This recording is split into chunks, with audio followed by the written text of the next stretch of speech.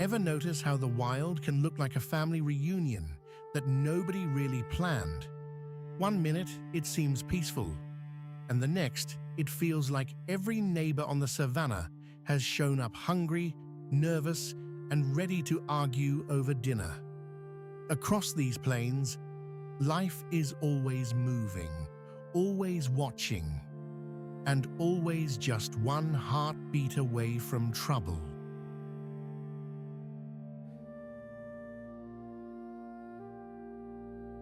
In this story, we'll follow lions, their rivals, and the many animals that have learned to live with them. There will be chases, close calls, and moments that can change in a flash. Some scenes are harsh, some are beautiful, and all of them are unforgettable. So settle in and come walk the wild with us. And before we begin, say hello in the comments and tell us where you're watching from.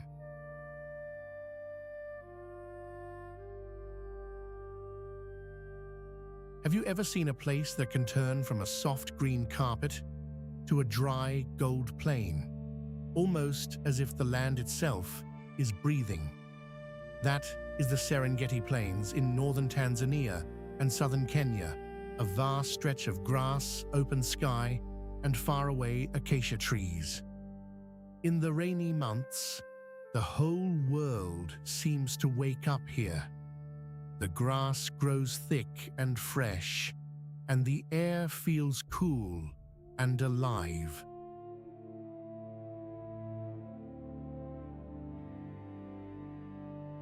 Birds call from the brush, hooves drum in the distance, and every patch of shade seems to hide a story. This is home to lions, zebras, wildebeest, gazelles, leopards, hyenas, and many more. It is a land built on motion, on hunger, on new life, and on the constant tug between hunter and prey.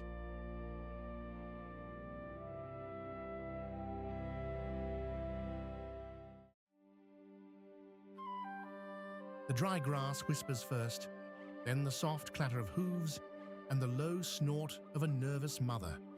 Warm dust lifts into the air, carrying that sharp, earthy smell of sun-baked earth and trampled stems. Somewhere nearby, a bird cries out, and the whole herd seems to tighten at once. Out here, in the open plains, every sound matters. Every shadow matters too.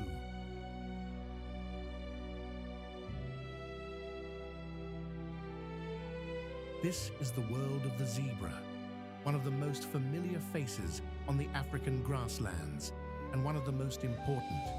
It lives in big herds, moves with the seasons, and survives by staying alert. At a glance, it seems almost painted by hand. But there is much more to it than stripes. Zebras are built for long marches, quick escapes, and family life on the run.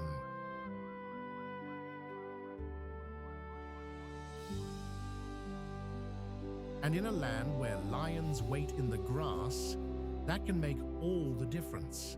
Zebras wear one of nature's most famous coats. Those black and white stripes are bold, clean, and impossible to forget. Up close, the pattern is not random at all. Each animal has its own version, like a fingerprint made of brush strokes.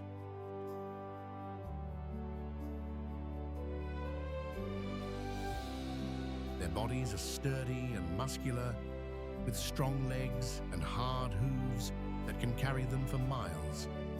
A zebra is not small, but it does not look heavy either. It has the shape of an athlete built for speed and stamina. The mane stands up along the neck like a row of short bristles, and the tail flicks back and forth like a switch, always ready to brush away flies. Their eyes are large and alert.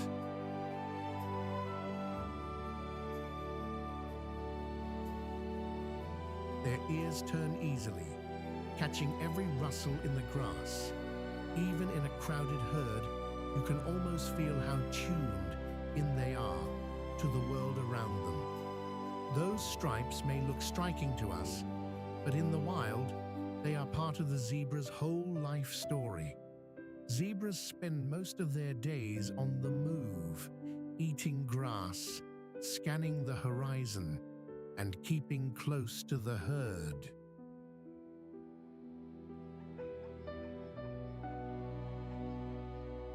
They are grazing animals, and they can handle tougher, taller grass than some of the other travelers on the plains. That makes them a kind of first sweep across the land. Where zebras feed, they help trim the grass and open the way for the animals that follow behind. They are not picky eaters, but they are careful ones. While they chew, they keep lifting their heads to look around.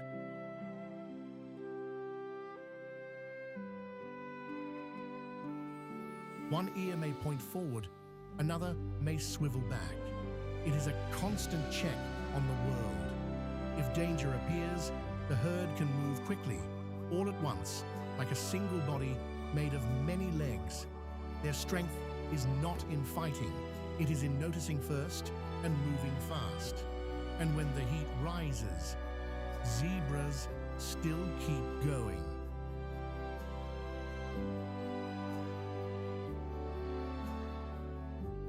They travel in long lines, often near wildebeest, with each animal helping to watch for trouble. Family is at the center of zebra life. A mother and foal stay close, and the young learn fast by following her every step.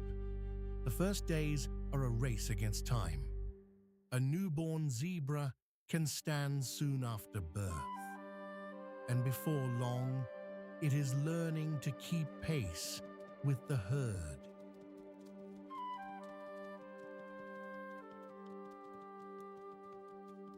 A mother licks her foal to clean it and help it remember her scent. That bond matters. In a crowded herd, with bodies shifting and tails flicking and dust swirling all around, scent helps a mother and baby stay connected. Zebras also talk to one another with body language, ear position, and sharp sounds that carry across the grass. Their lives are social, and that is no accident.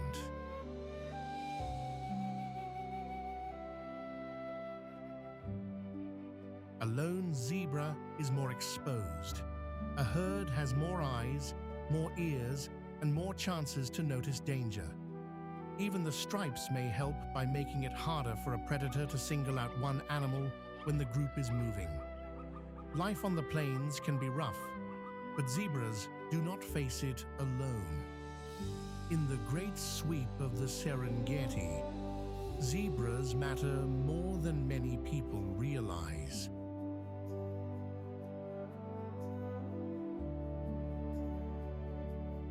They help shape the grassland simply by grazing and moving in great numbers. That feeding pattern supports other animals that come behind them. Their travels also help spread life across the plains, one step at a time. And of course, they are part of the food chain that keeps the whole place in balance. Lions, leopards, and hyenas all know where to look when zebra herds are nearby.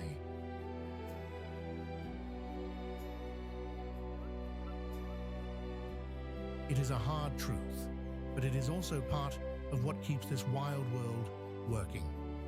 The zebra is not just a survivor. It is a guide, a witness, and a steady part of the rhythm of the plains. And when you watch one stand in the wind, ears up and eyes bright, it is hard not to feel a quiet respect. A zebra may look like a simple pattern from a distance.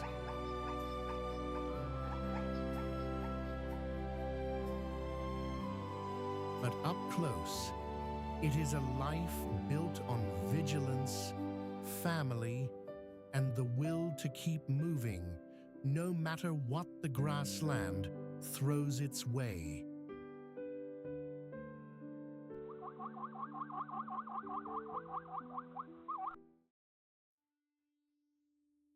The first warning is not a sight at all. It is a deep rumble in the ground, so low you feel it more than hear it. Then comes the smell of dust, crushed grass, and that warm, wild animal scent that hangs in the air around a herd. Out of the heat shimmer, something enormous begins to move. Not fast, not hurried, just certain.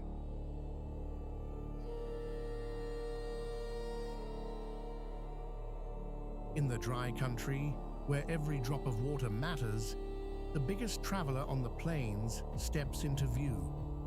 The African elephant lives across much of sub-Saharan Africa, and it is the largest land animal on Earth. What makes it so striking is not just its size, but the calm power in the way it moves, as if the whole landscape has to make room for it.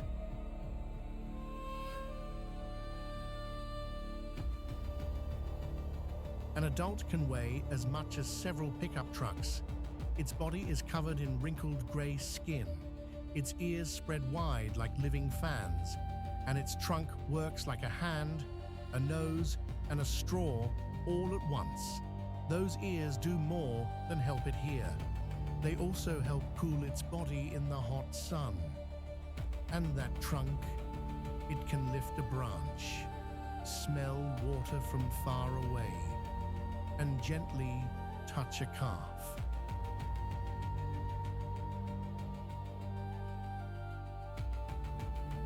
In many ways, the elephant looks like a walking memory of the land itself. These giants spend their days searching for food and water, and they need a lot of both. They eat grasses, leaves, bark, roots, and fruit, and they can spend most of the day feeding. A single elephant may eat hundreds of pounds of plants in one day, moving slowly from one patch to the next.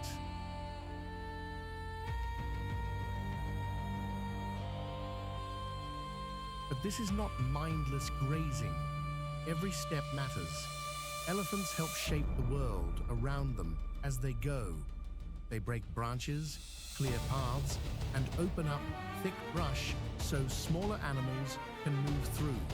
They also spread seeds in their droppings, helping new plants grow in places they never could have reached on their own.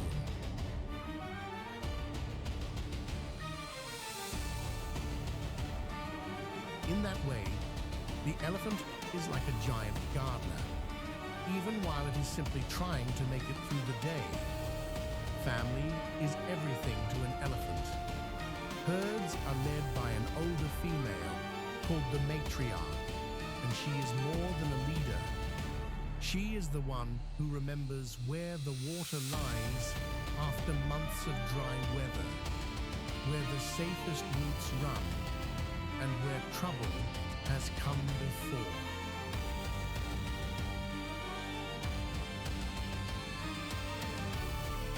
Younger females and calves stay close, touching one another with trunks, rumbles, and soft body language that says more than words ever could. If danger comes near, the adults close ranks around the young. They do not panic first. They stand together first. That wall of bodies can make even a proud lion think twice.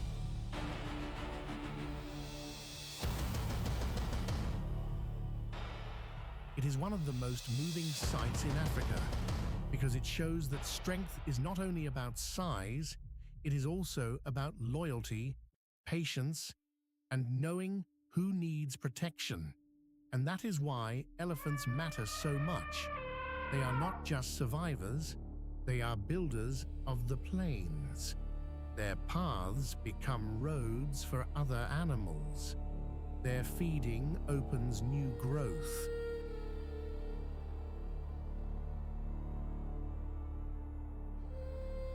Their movement keeps the land changing and alive. When elephants are safe, the whole country of the wild feels that safety too. Watch them closely, and you will see that power does not always rush. Sometimes it walks slowly, with wisdom, beside its young.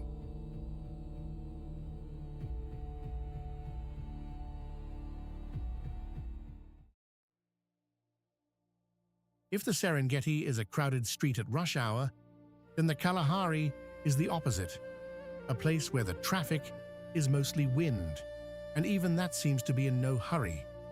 The sand stretches wide and pale under a hard blue sky, with low shrubs, thorny bushes, and dry grass scattered like loose scraps on a table. Some days the heat presses down like a heavy blanket.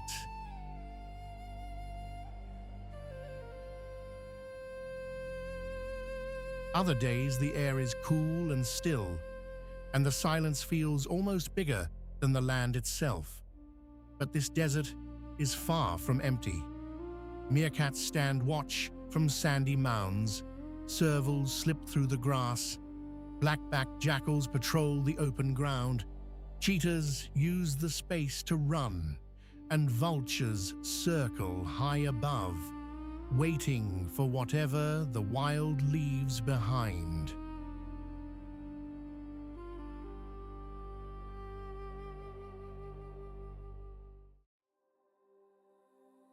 For a moment, the Serengeti looks almost ordinary. Then you hear it.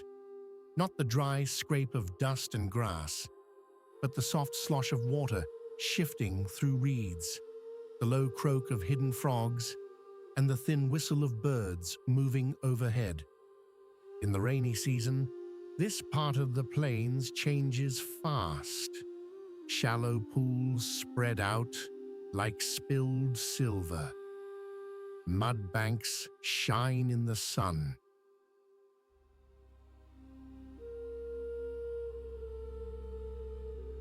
Tall sedges sway in the wind, and the air feels cooler, damp, and alive. These wetlands are a lifeline for everything nearby. Herons stalk the shallows, hippos wallow in the deeper water, buffalo, zebras, wildebeest, and gazelles come here to drink, feed, and rest. It is a beautiful place, but it is also a place of waiting.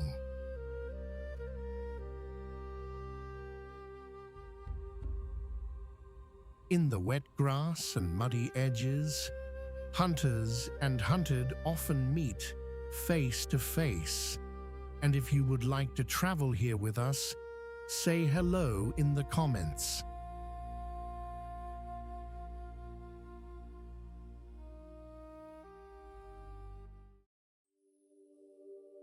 The air changes before the cat appears. Dry grass, warm dust, and the sharp scent of fear hang over the plain. Then comes the sudden whisper of movement, so quick it almost sounds like the wind itself. In that open country, one small mistake can turn a feeding ground into a battlefield.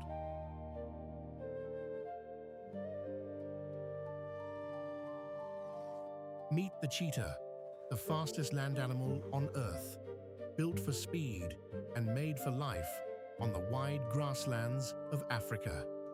These sleek hunters depend on clear views, room to run, and a burst of power that can settle a chase in seconds. At first glance, the cheetah looks almost fragile compared with the heavier cats.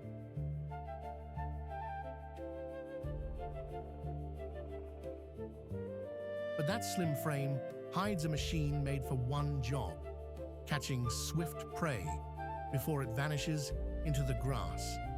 Everything about this animal points to speed, from its long legs to its narrow body and flexible spine. A cheetah's days are shaped by patience. It spends long hours resting in the heat, watching, waiting, saving its energy for the right moment. When it does rise, it moves with purpose.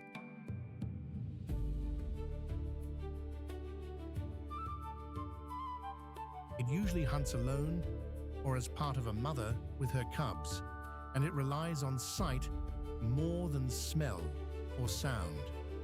It looks for animals like Thompson's gazelles and young wildebeest, prey that can sprint hard but still be caught if the cheetah gets close enough. The trick is not strength, it is timing. A cheetah must creep in low, using grass and dips in the land as cover, then explode into a run.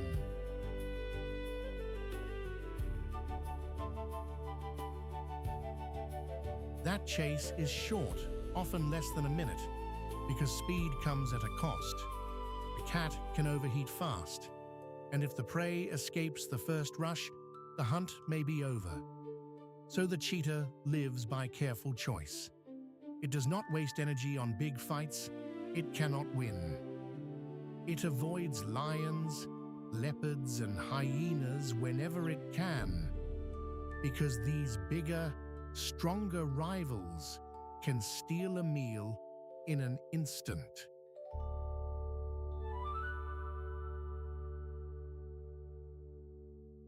Family life matters deeply here too. A mother cheetah raises her cubs mostly on her own. She teaches them how to stalk, how to hide, and how to judge a chase.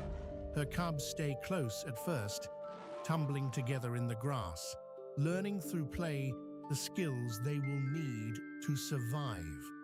But the wild is hard on young cheetahs. Many do not make it. That is why every lesson counts.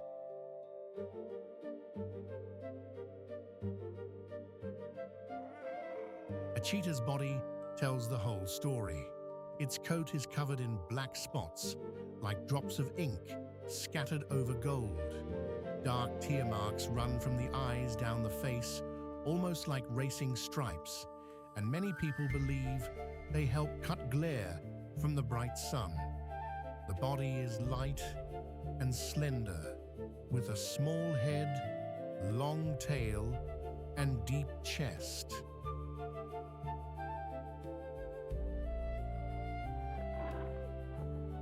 Those long legs give the cat a huge stride, and the tail works like a steering wheel during a high-speed turn. You can almost see the design in motion. It is built not for power, but for precision.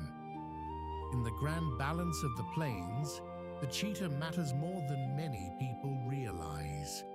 It helps keep prey animals alert and healthy by targeting the cautious, the weak, and the unlucky.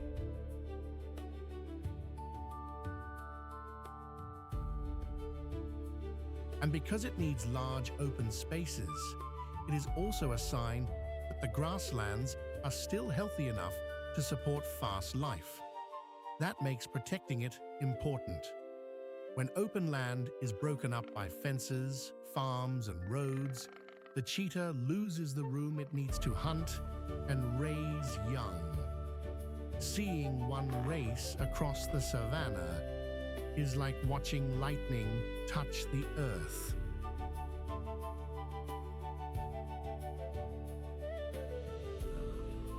It is one of those moments that reminds us how wild and beautiful this world still is.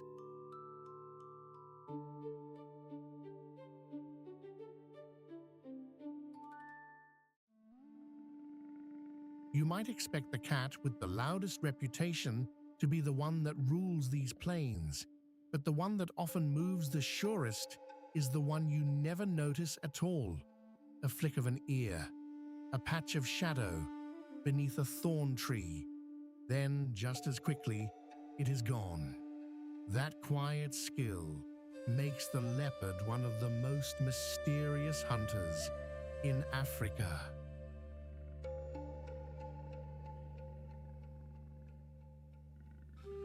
Leopards live across much of the Serengeti and other wild places, and they are built for a life spent mostly alone.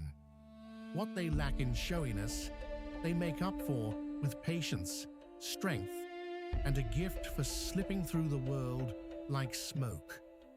Look closely, and you will find a body made for climbing, crouching, and sudden action.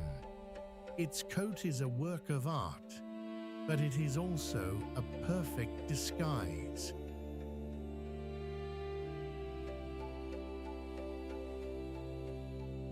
A leopard wears the bush like a cloak. The rosettes on its fur break up its shape in the grass and the trees like sunlight scattered across leaves. Its body is all smooth power. The shoulders are muscular. The legs are strong and springy. The tail is long and balanced, helping it turn and leap with ease. Even the head has a watchful look, with amber eyes that seem to miss very little.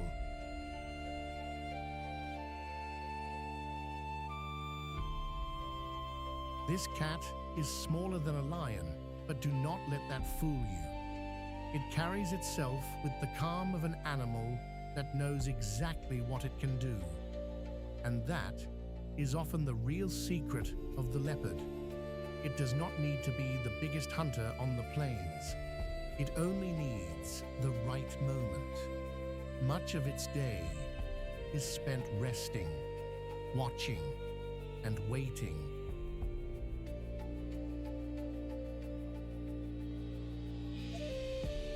Leopards save energy whenever they can, because every chase matters. They move mostly at night or in the cool hours of morning and evening, when the heat is easier to bear and prey animals are less alert. During the day, they may lie stretched on a branch or hidden in thick brush, almost invisible unless you know where to look. When it hunts, the leopard relies on surprise.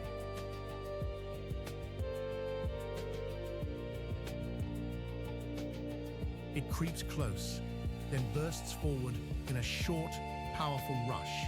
It can take down animals such as impala, young zebra, or warthogs, and it may also steal food when the chance appears. This cat is smart about risk. It does not waste its energy on a long chase across open ground. It waits for a mistake, a gap in the herd, a moment of bad luck. Then it strikes. After a kill, the work is not over.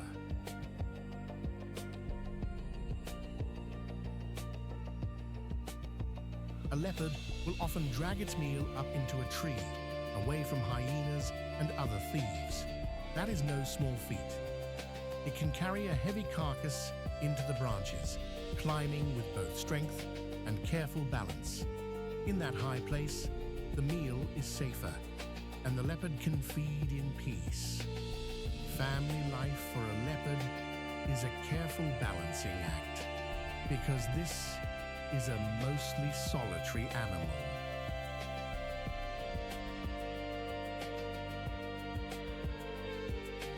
Males and females usually live apart, meeting only to mate. After that, the mother raises the cubs on her own.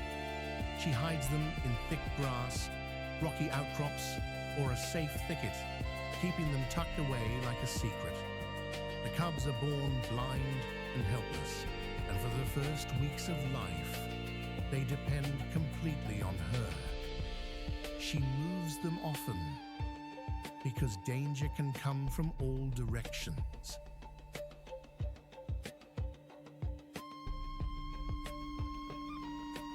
A young leopard must learn quickly.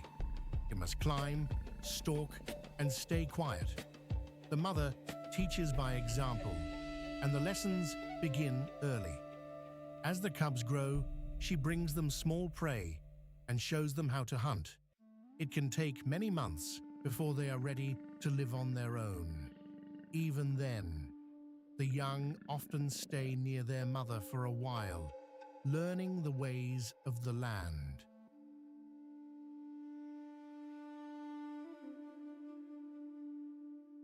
This is a hard life, but a beautiful one too, because so much depends on skill, memory, and patience. Leopards matter because they help keep the plains in balance. By hunting the weak, the young, or the careless, they help shape the health of the herds. They also clean up what is left behind, since they will not turn down a meal if the chance comes.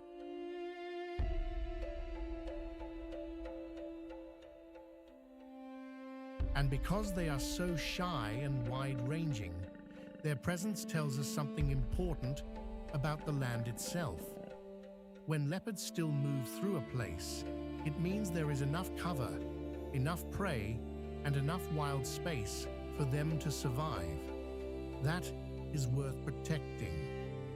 In a land full of noise and pressure, the leopard reminds us that quiet strength can be just as powerful.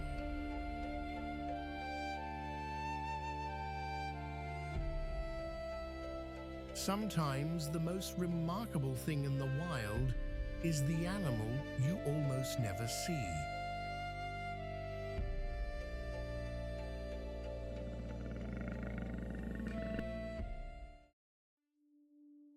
The grass goes still for a moment, then it twitches.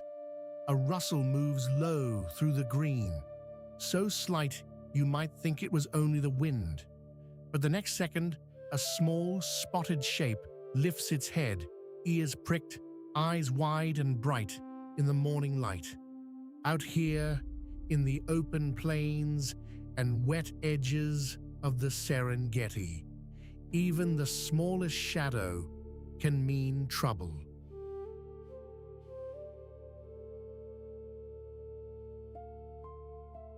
This is where patience, silence, and a pair of powerful ears can make all the difference. Meet the serval, a long-legged wild cat that lives in grasslands, marshes, and reed-filled country across much of sub-Saharan Africa. It may not be the biggest hunter on the plain, but it has one of the most impressive sets of tools in the wild.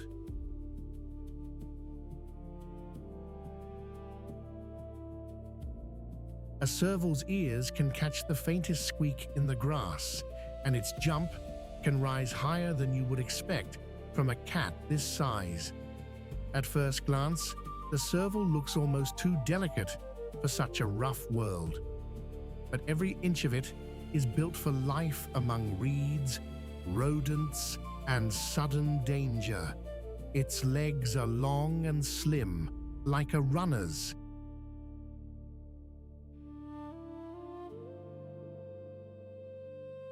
Its coat is golden tan with bold black spots and stripes, a pattern that breaks up its shape in the grass. The ears are the real giveaway, though.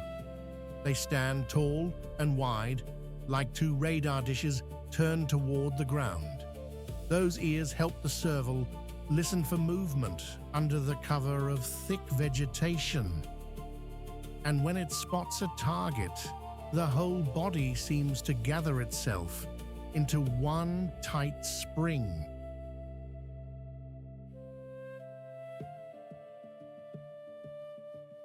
Its back legs are especially strong, made for launching upward in a flash. That leap is one of the serval's most famous skills. It can pounce straight down from the air onto a mouse, a bird, or even a frog hiding below.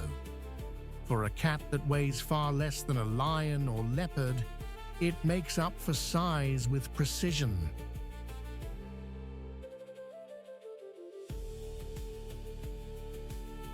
The serval spends much of its day moving alone through tall grass, hunting mostly small animals.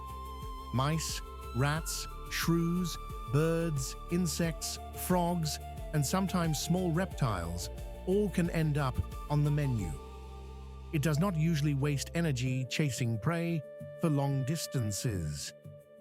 Instead, it listens, freezes, and strikes fast. That style works well in wet grasslands, where food is often hidden just out of sight.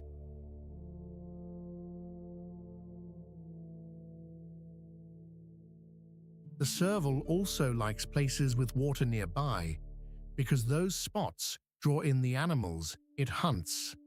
After rain, when the land is alive with sound, the serval has a real advantage.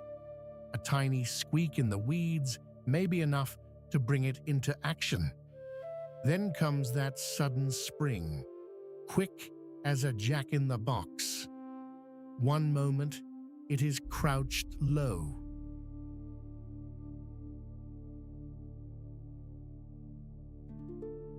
The next, it is up and over the grass, coming down with sharp focus. Unlike lions, servals do not travel in prides or rely on a pack. They live mostly on their own and keep their own hunting grounds. Males and females may cross paths, but each cat is responsible for finding food and staying safe.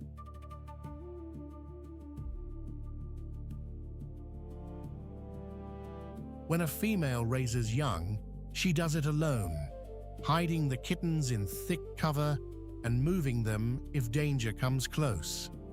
The kittens are born helpless, with closed eyes and soft coats, and they stay tucked away for weeks before they are ready to follow their mother.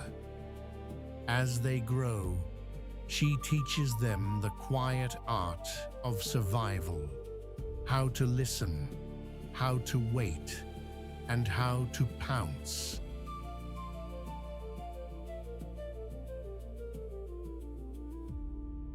The serval matters because it helps keep the numbers of small animals in balance.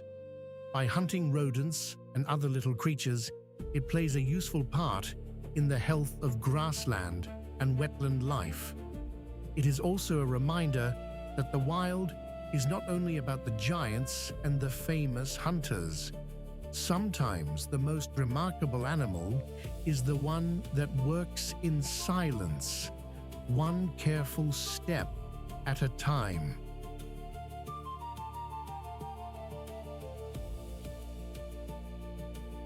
And when the grass moves just a little too neatly, you may be looking at a servant of the shadows, built for the hunt.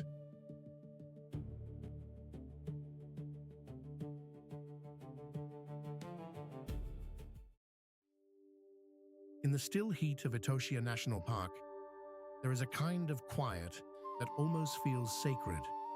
The white salt pan shimmers, the wind slides low over the ground, and somewhere out in that harsh, open country, a heavy shape moves with surprising patience. It may not look graceful at first glance, but there is power in every step and caution in every pause.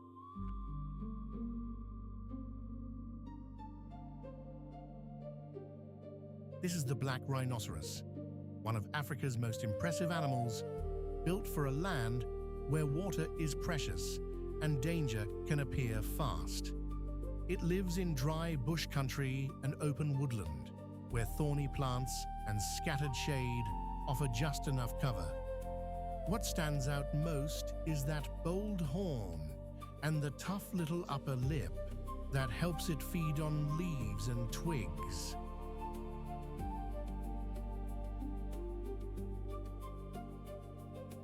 A black rhino can seem almost like a living tank, but its daily life is really about careful choices and steady survival. The black rhino has a thick gray body that can pick up the color of dust and mud, turning earthy brown after a good wallow. That muddy coating is more than a bath. It helps protect the skin from sun and insects, like a natural layer of armor.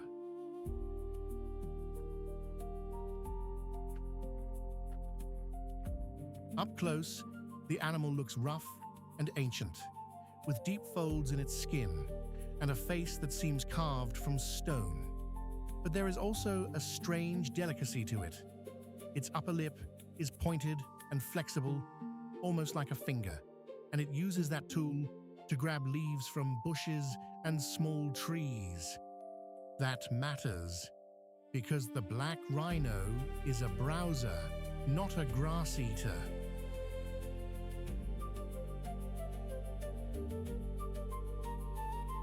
It spends much of its day moving from plant to plant, taking careful bites from branches, shoots, and tender growth. It does not need to stand at water all the time because it can get much of what it needs from the plants it eats. Still, when it does find mud or a good water source, it makes the most of it. In a dry place like this, every green mouthful counts.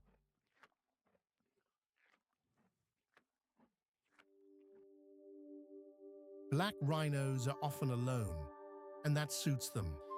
They are not the kind of animal that needs a crowd to feel safe. Most of the time, they travel by themselves, choosing their own path through thorn scrub and dusty open ground. That said, they are not mindless loners. Mothers stay close to their calves for a long time, teaching them where to feed and where to avoid trouble.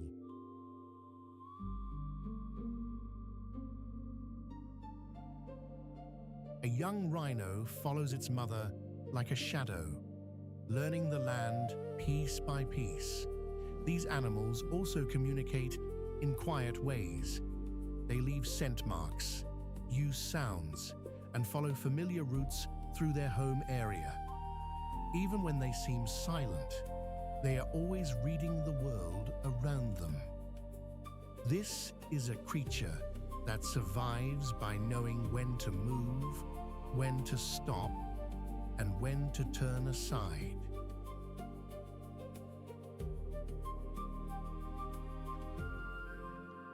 In the dry season, that skill can mean everything. The black rhino matters because it helps shape the bush it lives in.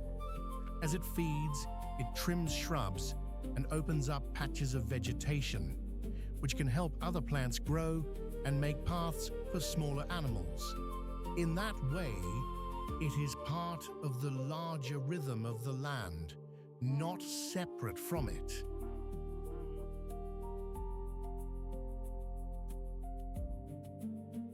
Sadly, black rhinos have faced serious trouble from poaching and habitat loss, and many populations have dropped hard over the years. But there is hope in the work being done to protect them. Rangers, reserves, and conservation teams are helping keep these animals safe. Seeing a black rhino in the wild still feels like seeing a piece of deep time walk past.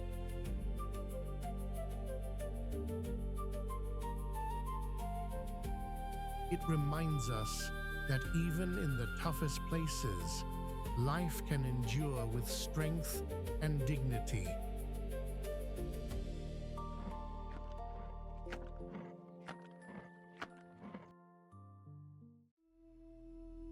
You might not expect a pig with a helmet of warts and a face full of tusks to be one of the toughest survivors on the plains. But out here, toughness matters more than beauty. In the dry grass and thorny scrub of Africa, the warthog keeps moving, keeps digging, and keeps outlasting the heat.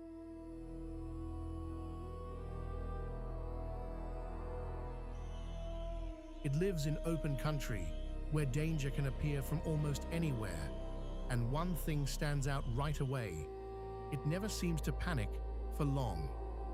With every trot, every snort, and every scramble into a burrow, it reminds us that survival is not always graceful. Sometimes it is quick, stubborn, and a little bit scrappy.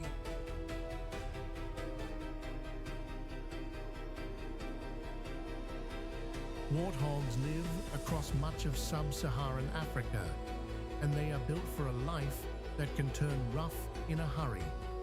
They are famous for their tusks, their speed, and their habit of backing into their burrows so they can bolt out fast if trouble shows up behind them. At first glance, a warthog may look comical, almost like a character from a storybook.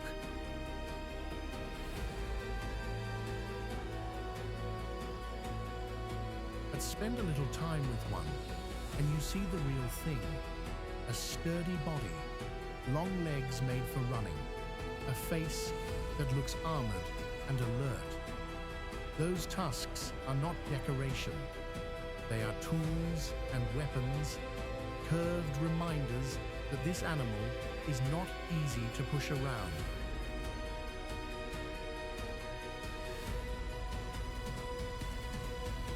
The wart-like bumps on the face help protect it during fights, and the thick skin gives it a bit of extra defense in a world full of sharp teeth and hard knocks. Even the tail tells a story. When a warthog runs, that tail sticks straight up like a little flag, and the whole animal seems to vanish and reappear in the grass.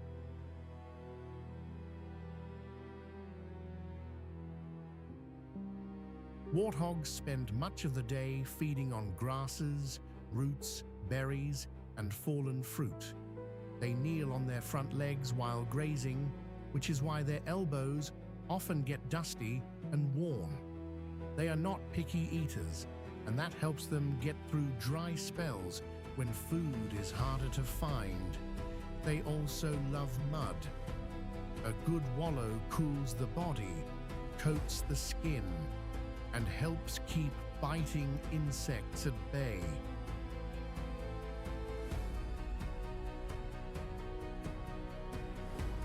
In the heat of the day, they often rest in burrows, sometimes using old aardvark holes rather than digging their own. These burrows are more than shelters. They are safe places to hide from lions, hyenas, leopards, and other hunters that patrol the grasslands. Warthogs are often seen alone or in small family groups. A mother stays close to her young, and the little ones learn fast.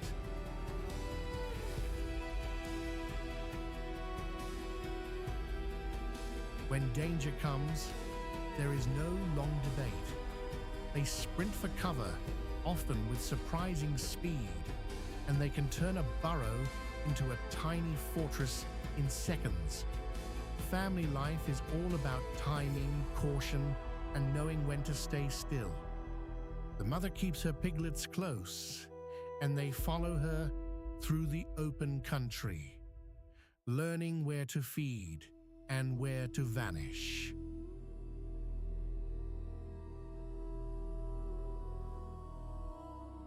Warthogs can be noisy too, using grunts and snorts to warn each other or keep contact in the grass.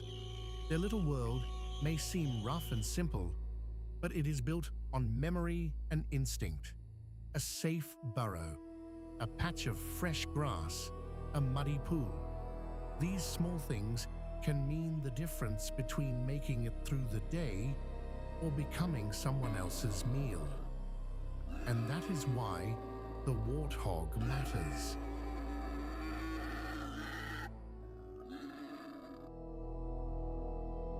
It helps trim the grass, turn the soil, and spread seeds as it moves.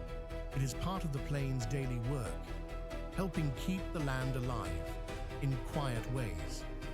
There is something wonderful about a creature that can look so plain and live so cleverly. Out here, the warthog is proof that survival often belongs to the ones who know how to duck, dash, and endure.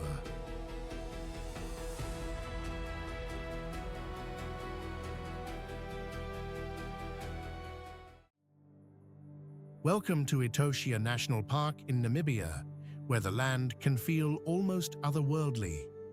Out here, a broad white salt pan stretches to the horizon, shining under a hard, bright sun. The air is dry and still, and every step seems to crunch with heat. In the dry season, the whole place tightens around a few precious water holes, and that is where life gathers.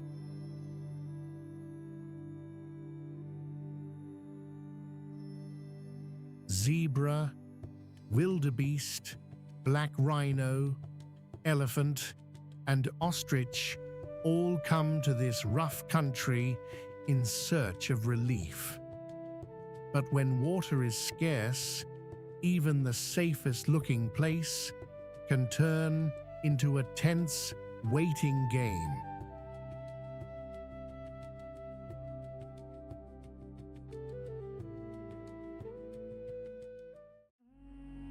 In the hush of the open plain, before the sun has fully climbed, you can hear the land more than you can see it. A light wind moves through the grass. A bird calls somewhere far off.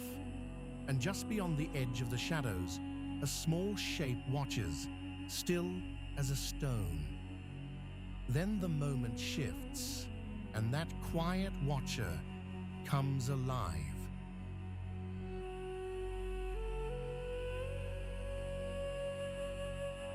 The black-backed jackal lives across much of eastern and southern Africa, including the Serengeti and dry grasslands where every meal matters. It may be small compared with lions and hyenas, but it is clever, quick, and always alert. This is a survivor that makes a living by keeping its eyes open and missing very little.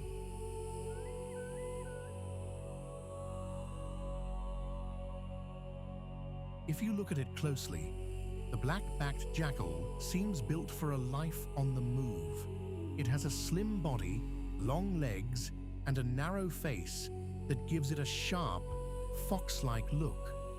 Its coat is a mix of rusty gold and grey, with a dark stripe along the back that looks like a brushstroke painted down its spine. That dark stripe is where it gets its name.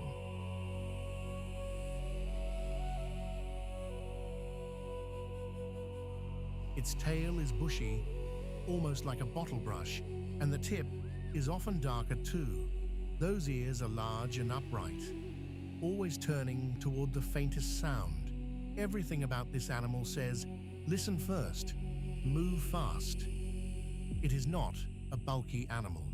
It is a light one, built for slipping through brush, trotting across dry ground, and changing direction in a flash. That small size is no accident.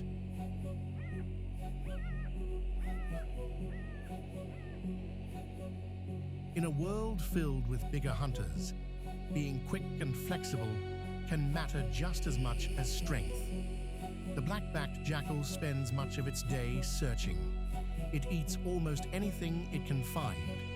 Small mammals, insects, birds, eggs, fruit, and scraps left behind by larger hunters all have a place on its menu. It is also known for taking advantage of opportunity.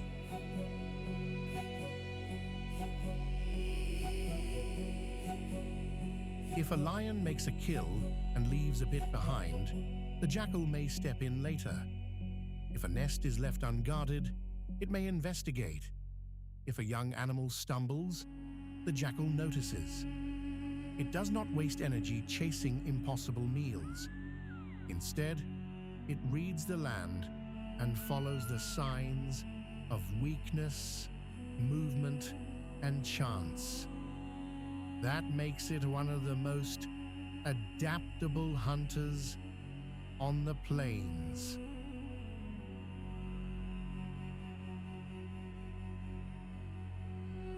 It can hunt alone, but it often works in a pair, especially a mated pair that stays close through the year. These partners share territory, and keep watch over it together. They raise their pups in a den, usually hidden in a burrow or tucked among rocks and thick grass. When the young are small, both adults help feed them.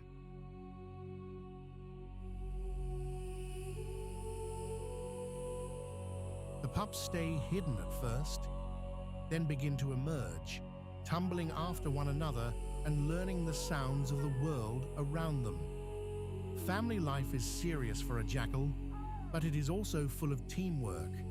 One adult may stay near the den while the other searches for food. They use calls to stay in touch, including sharp yips and high, thin howls that can carry a long way over open ground.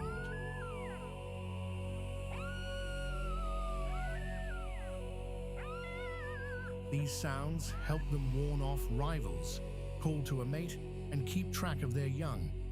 And that family bond matters because jackal pups face plenty of danger. Eagles, hyenas, and even large cats can all be threats. In a landscape like this, safety is never guaranteed. That is why the black-backed jackal's watchfulness is so important.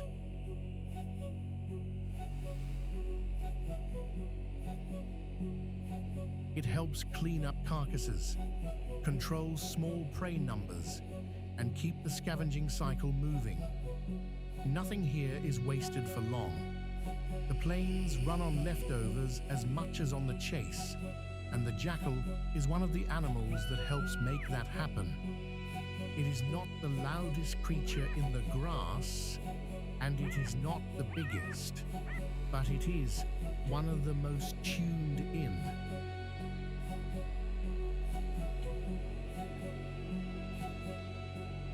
It notices what others overlook, and that is a powerful skill in the wild.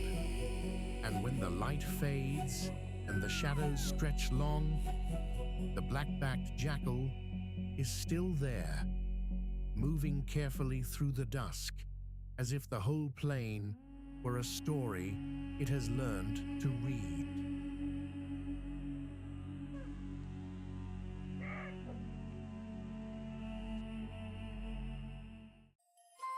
Have you ever wondered how a place can feel so full of life and so full of danger at the same time? In the African night, one sound can ripple across the dark like a warning bell.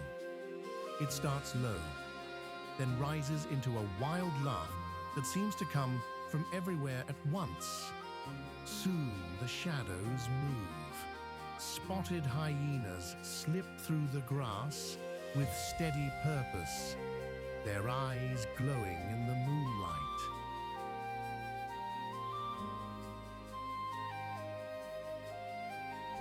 They are common across much of Africa, and they live in groups called clans. One thing makes them stand out right away. They are not just scavengers picking at leftovers. They are bold, smart hunters too. These are the night runners of the plains, and they know how to make the most of every meal.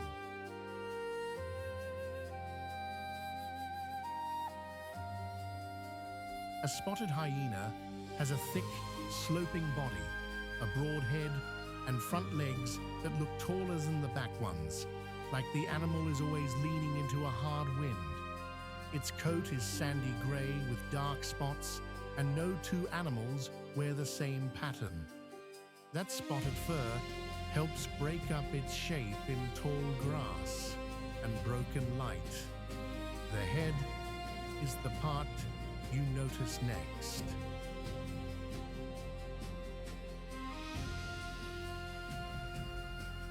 It is huge and powerful, built around jaws that can crush bones like old dry sticks. Those jaws are made for work. Nothing goes to waste when a hyena gets hold of a carcass. Even the hard parts, the bits many animals cannot use, become part of the meal. And yet, for all that power, there is something almost playful in the way hyenas move.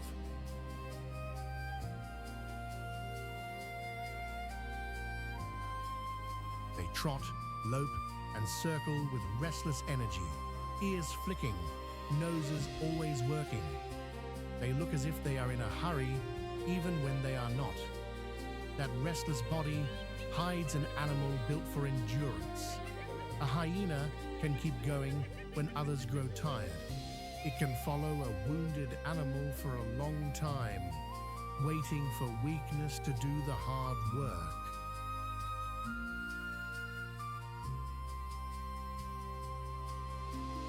In the heat of the day, it may rest in the shade with the clan, but once the air cools, the real business begins. Then they set out across the plains, nose to ground, reading every smell like a story. They eat meat, yes, but they also make full use of carcasses left behind by lions, crocodiles, and the long hunger of the dry land.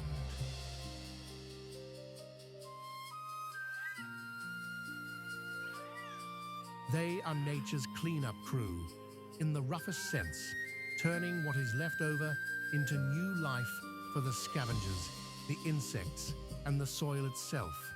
That matters more than many people first realize. Without hyenas, the plains would be messier and more food would sit unused, while the sun and flies went to work. But hyenas do more than clean up.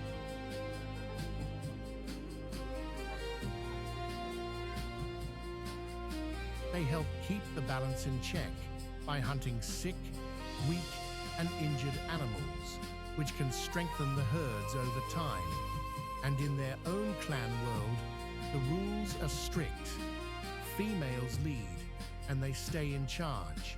They raise cubs in underground dens, often in messy family groups, where young ones tumble, nip, and test each other from the start.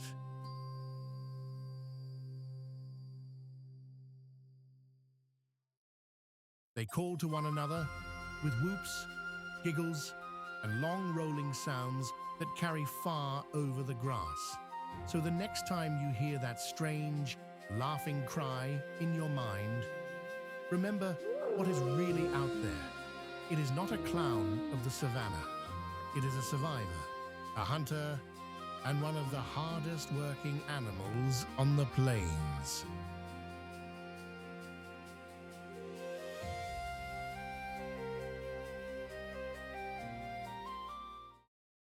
Here's a surprising fact.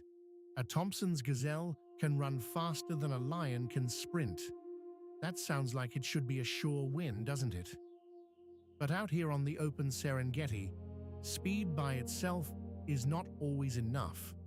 One wrong step, one moment of doubt, and the chase can turn in an instant.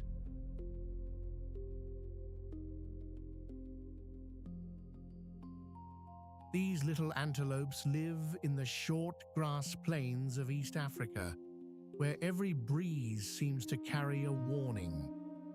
They are one of the most graceful sights on the savannah, light on their feet and built for escape. Watch one closely, and you can see how every part of its body seems made for survival.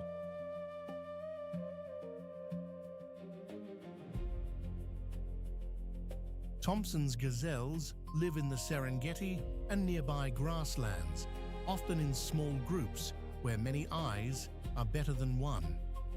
Their black side stripe and bright white rump make them easy to spot, even from far away. At first glance, they look delicate, but that impression does not last long.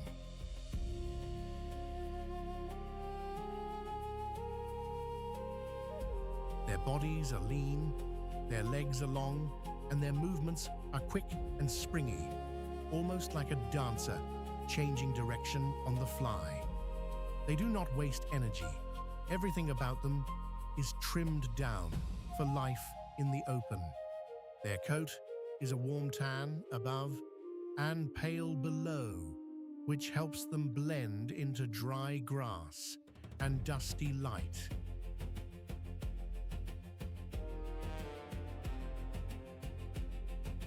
Then there is that famous black stripe down the side, like a bold brush mark across a neat little frame.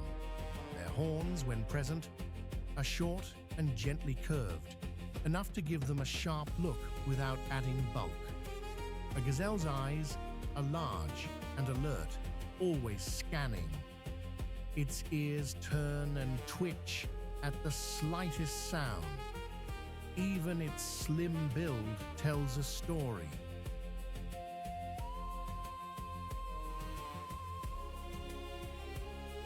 This is an animal that must notice danger early and leave fast. When it starts running, the body seems to turn into motion itself, and that speed matters every single day. Thompson's gazelles spend much of their time grazing on short, fresh grass, especially after the rains, when the plains open up and new growth appears. They are picky in a practical way.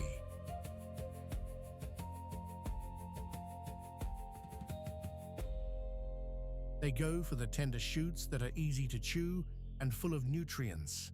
That is one reason they often follow behind larger grazers like zebras and wildebeest, who trim the grass and leave behind the best bites.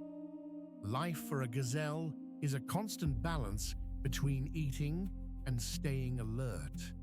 They nibble, lift their heads, listen, and nibble again.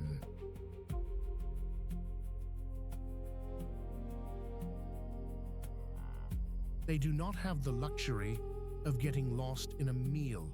Every few moments, one of them pauses to check the horizon. If something seems off, the whole group can explode into motion. Their jumping style is famous too. They can spring high into the air in a behavior people sometimes call stotting, with stiff legs and a burst of energy that seems almost playful. But it is not play, it is a message.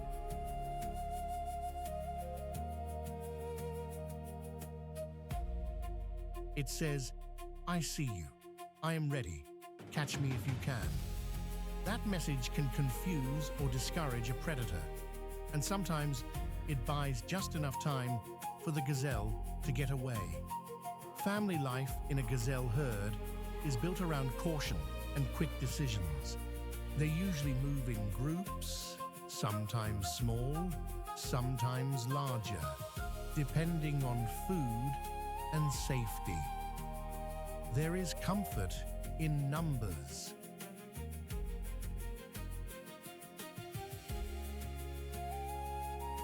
More eyes mean more warning. More bodies mean a better chance that one animal will notice danger before the others do. Mothers keep a close watch on their young, and calves learn fast. They need to. In a world like this, the young cannot afford to be helpless for long. Soon after birth, they are already on their feet and moving with the herd.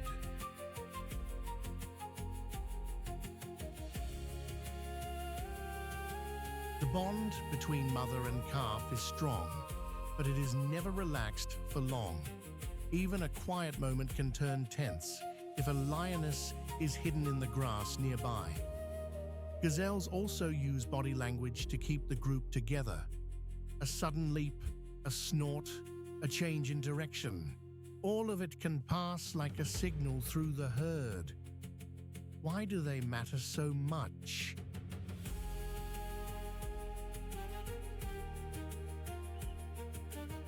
Because the savanna depends on these smaller grazers just as much as it depends on the big ones.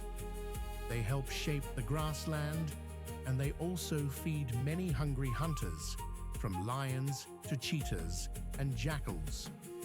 Without gazelles, the balance of the plain would shift. Their presence tells us that the grass is healthy, the water is returning, and the open country still has room for wildlife.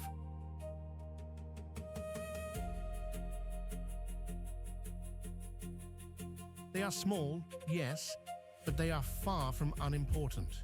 In fact, they are one of the living pulses of the Serengeti, and that is the beauty of them. So much life packed into such a light, quick frame, so much grace in a world built on speed. And when a gazelle flashes across the plain, it feels a little like watching hope outrun fear.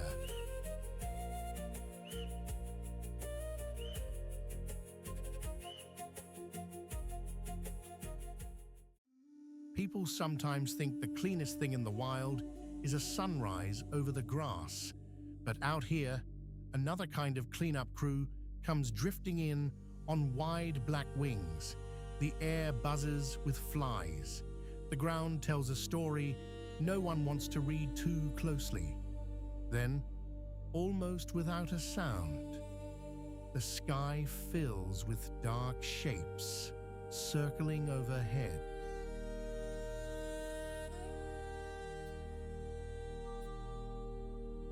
These are vultures, and they arrive when the day's hard work is already done.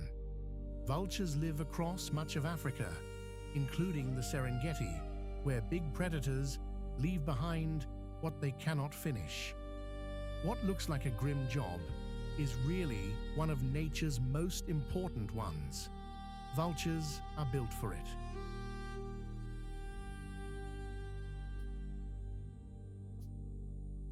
Their bald heads, broad wings, and sharp eyes make them perfect scavengers, always ready to turn death into another part of life's cycle. A vulture is not a hunter in the usual sense. It is a patient witness to the feast after the fight. Look closely, and you will see a bird that seems almost made for the business of leftovers.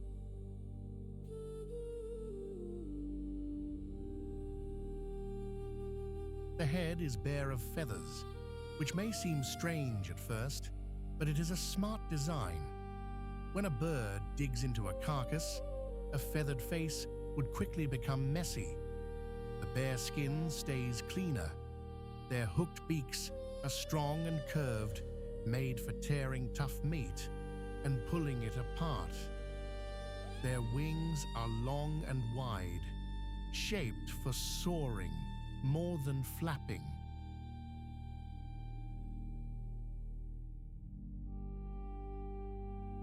That lets them ride the hot air above the plains with very little effort. It is a bit like a sailor using the wind instead of rowing every mile.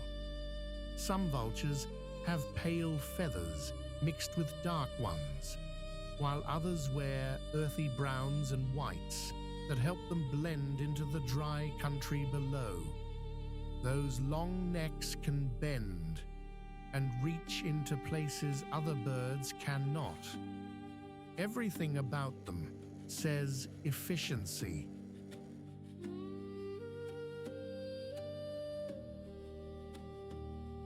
Nothing is wasted. Vultures spend much of their day soaring, scanning, and waiting. They can spot food from high above, especially when other scavengers or predators are already gathering. Often, one bird will notice the beginning of a meal, and soon others will join in. It is a simple system, but an effective one. They do not need to make the kill themselves.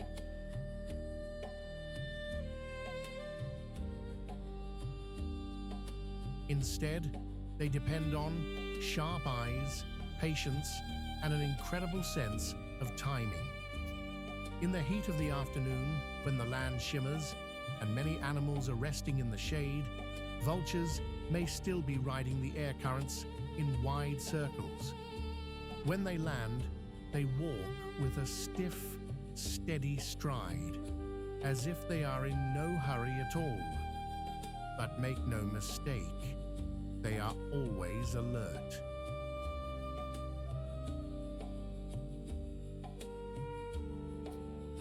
A carcass on the plains does more than feed vultures. It also keeps disease from spreading. By stripping away remains quickly, these birds help the land stay healthier for the many animals that share it. That makes them quiet guardians of the savannah, even if few people think of them that way. And they are in trouble in many places.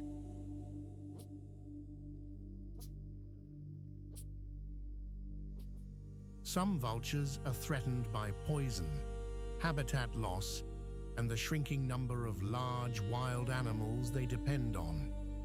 Protecting them means protecting the whole food web, from the biggest hunter to the smallest scavenger. If the plains are a great story, vultures are the final page that helps the whole tale make sense. They remind us that even what looks broken still has purpose.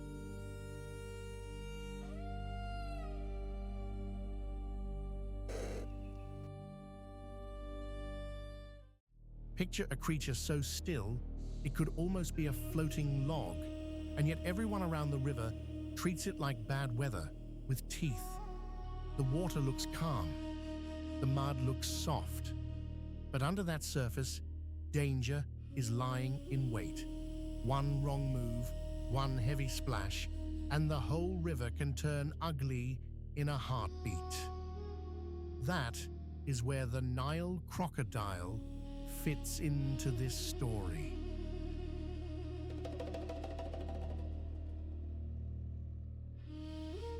It lives across much of sub-Saharan Africa, along rivers, lakes, and marshes. And with its armored body and silent patience, it has become one of the most feared animals in the water. The Nile crocodile is the heavyweight ambush hunter of African rivers, built for waiting, watching, and striking when the moment is right. At first glance, it can seem almost lazy.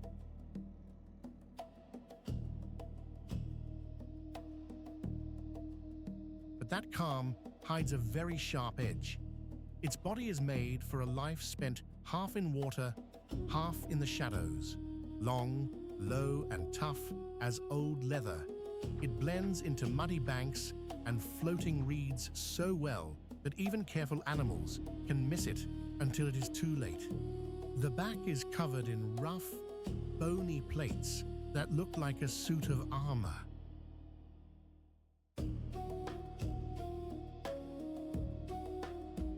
Its tail is thick and powerful, like a giant paddle, and it can whip through the water with shocking force. The head is wide and flat, with eyes and nostrils set high on top, so it can watch the world while nearly all of its body stays hidden. And that mouth, well, it is built like a trap. Rows of sharp teeth line the jaw, and when those jaws shut, they shut with frightening strength.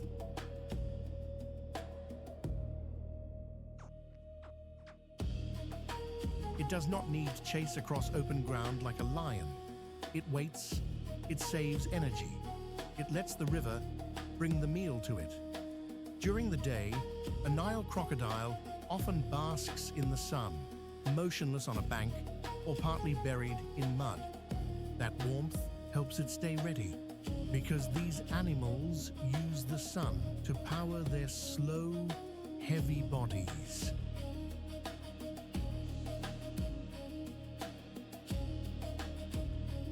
When it gets too hot, it slips back into the water, where it can drift almost like a shadow. Most of the time, it is not in a hurry. That is part of its success. A crocodile can go a long time between big meals, so it does not waste effort. It is patient enough to let a thirsty herd come to the river.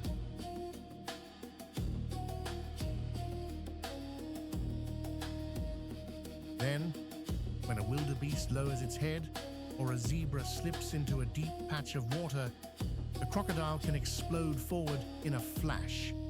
The attack is fast and sudden. It grabs, twists, and disappears beneath the surface again. Not every hunt works, of course, but the crocodile only needs one good chance to make a very large meal.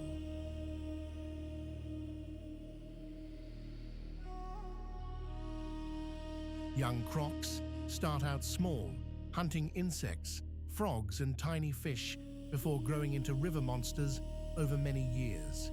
As they get bigger, they can take on larger prey, including fish, birds, antelope, and the animals that risk crossing wide African rivers during the migration. Family life for a Nile crocodile starts with a lot more care than many people expect.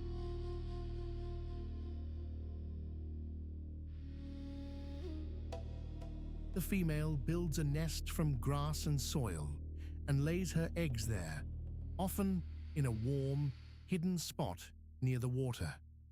She guards that nest closely. When the eggs are ready to hatch, the babies begin to make faint sounds from inside the shells, and the mother helps open the nest. She may even carry the tiny hatchlings gently in her mouth down to the water. It sounds rough, but it is careful work.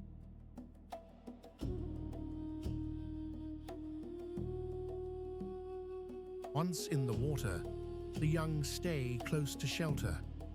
They are easy targets for fish, birds, and larger crocs, so they need all the protection they can get.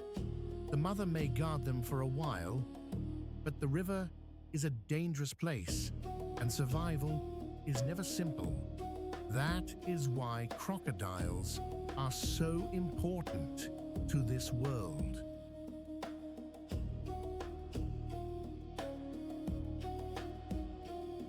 They help keep river life balanced by taking weaker or unlucky animals, which can help prevent too many from crowding one place.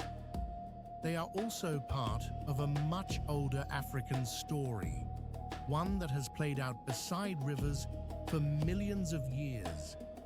Without them, the crossing would be different. The pressure would be different. The whole rhythm of the water would change.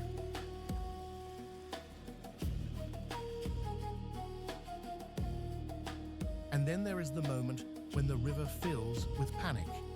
The sun is dropping low. The water is darkening. Hooves pound the bank. One wildebeest after another throws itself forward. Zebras follow, churning the water white.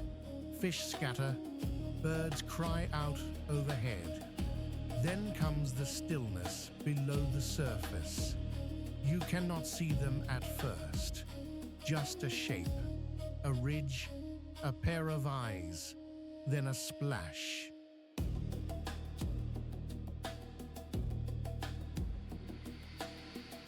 The river erupts. A crocodile has launched, and now everything turns wild. Bodies press forward. Others try to turn back. But there is no turning back once the crossing has begun. The current pulls. The animals shove. A zebra stumbles, rights itself, and kicks hard for the far bank. Another animal vanishes in a swirl of mud. The water boils with movement.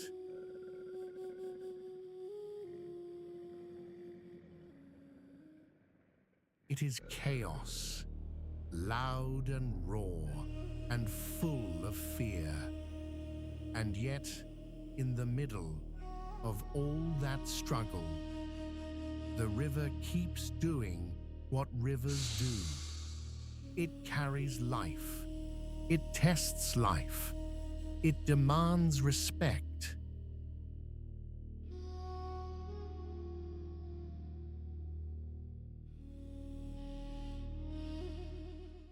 Have you ever seen a bird that seems to be wearing a long grey overcoat and a pair of striped socks? That is the kind of odd, elegant sight waiting at the water's edge. The marsh is cool and quiet here, with reeds swaying in the breeze and little rings spreading across the surface like someone tossing pebbles into a pond. Then a sharp call cuts through the stillness.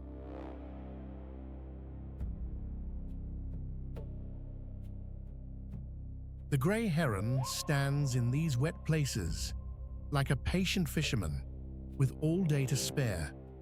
It lives across Africa, Europe, and much of Asia, and it is built for long hours beside rivers, lakes, and wetlands. Those long legs, hooked bill, and steady stare make it one of the most recognizable birds in the wild.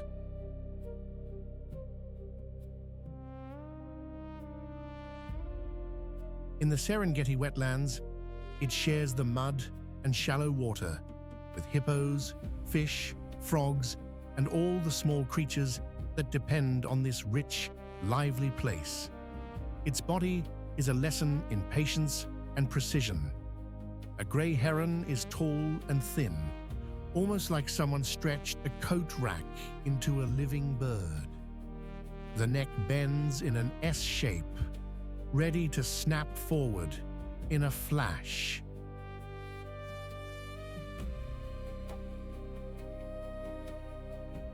Its wings are broad and pale, with soft grey feathers that help it blend into the mist and reeds.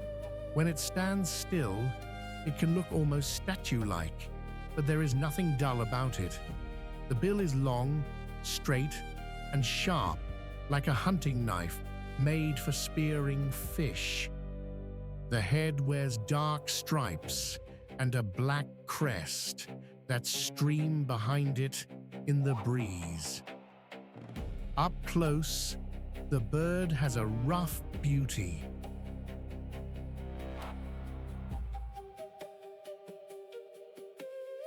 Tall legs, slow steps, and a poised way of holding itself make it seem calm and serious at the same time. It is the sort of bird that looks as if it has been thinking for a very long time.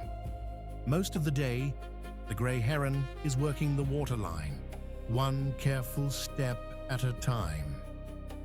It hunts by standing motionless or moving slowly through the shallows, waiting for the right moment.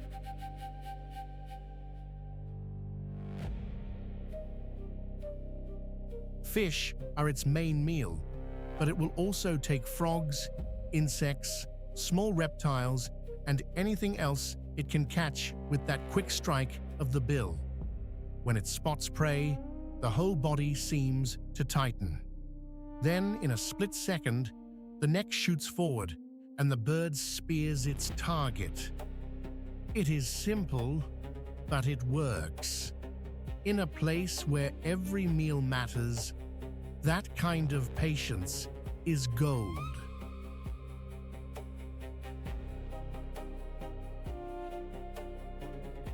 The heron does not rush around wasting energy. It saves strength, watches the water, and lets hunger come to it. That is one of its secrets. It can spend long stretches waiting in one spot, almost like a person sitting on a dock with a fishing pole, knowing that sooner or later something will tug the line. Family life for a grey heron is quiet at first, but it is not without drama.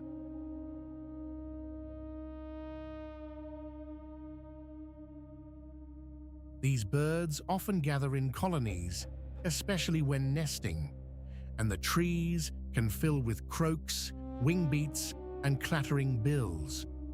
The nests are built high up, out of reach of many ground dangers, using sticks and whatever nesting material is close by. Both parents help raise the young, bringing back food again and again. The chicks are noisy little bundles of appetite, always demanding more.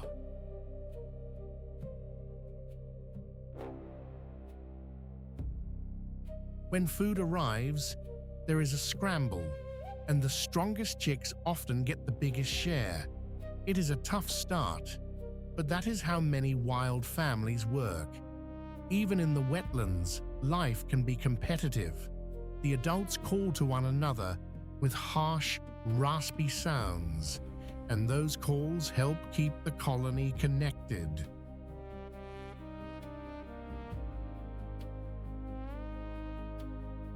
It may look peaceful from a distance, but there's always some business going on in the reeds. This bird matters because wetlands matter, and wetlands feed a great many lives. Grey herons help keep fish and other small animals in balance, and they are part of the chain that ties water, land, and sky together. When marshes stay healthy, these birds do well too.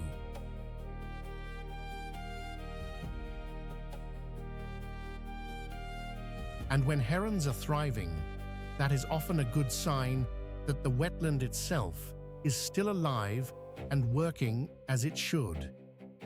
In a world where water can be so hard to find, that is no small thing. So the next time you see a tall grey figure standing in the shallows, think of all the patience packed into those long legs.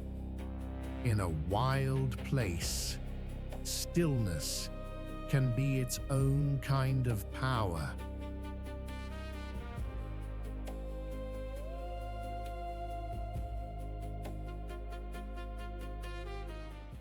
The grass goes still, not all at once, but in little patches, as if the plain itself is holding its breath. Then comes the low rumble of warning, the thud of hooves, the flick of tails, and out of the green haze, a tawny shape moves with purpose. In the Serengeti, hunger does not whisper for long. It arrives fast, and it arrives close.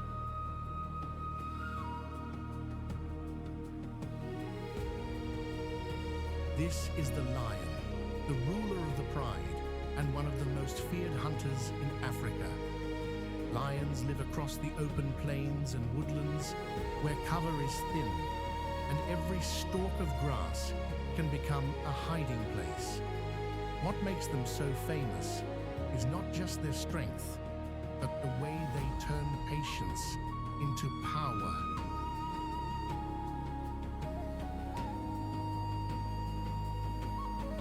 A lion can sit almost motionless, watching, waiting, and then explode into action in a heartbeat. If you have ever seen a storm roll across a field, you know the feeling. Quiet first, then all at once, the whole world changes. A lion's body is built for that change. Thick shoulders, heavy muscles, and a broad head give it that deep, solid look of something made to push through trouble.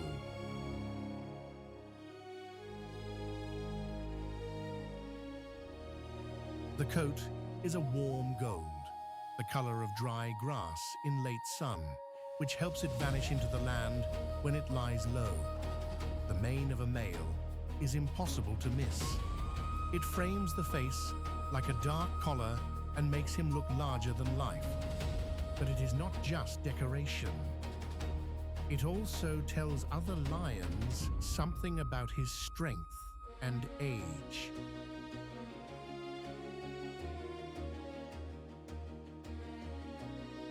Under that mane is a powerful animal, but also one that can overheat easily. That is one reason males often leave the longer chases to the lionesses. The females are the true workhorses of the pride.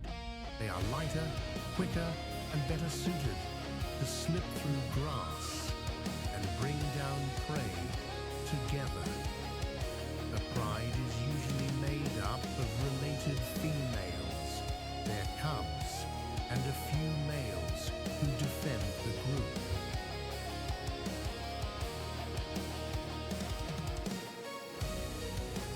The lionesses do most of the hunting, and they do it as a team. One may circle wide, another may wait low in the grass. Then, at just the right moment, they close in like pieces of a trap snapping shut. Their prey can be fast, alert, and strong, but the lions count on surprise and teamwork. They eat a wide range of animals, from zebras and wildebeest to buffalo when the odds are right.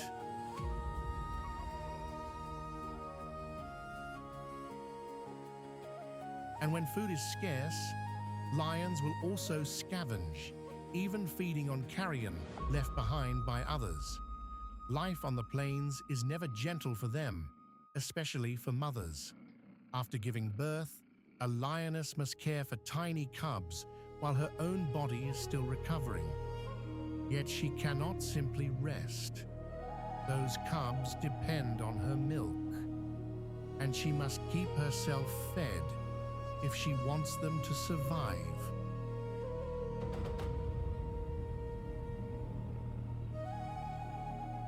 So she pushes on through exhaustion, through heat, through danger. The pride helps, and that support matters. Cubs are raised in a shared family life, often playing together, hiding under brush, and nursing from more than one female. Their world is one of close bonds and constant learning. They watch, they pounce.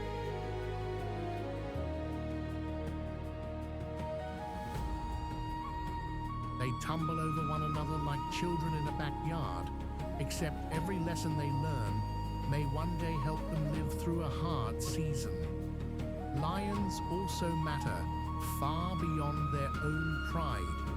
They help keep prey populations in check and often take the weak, the old, or the sick, which can make the herds healthier overall. But lions are under pressure in many places.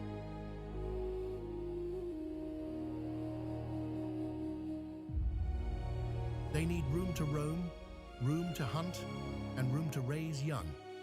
Without that space, even the strongest king or queen can be pushed back.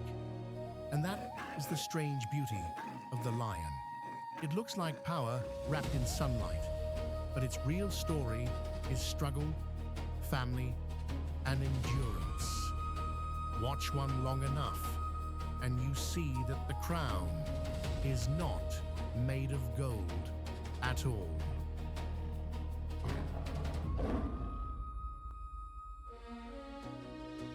It is made of dust, effort, and the will to keep going.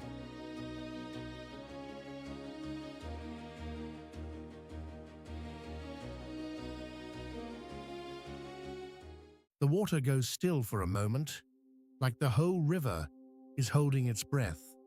Then comes a low grunt from the dark edge of the pool, and the surface breaks with a ripple broad enough to shake the reeds.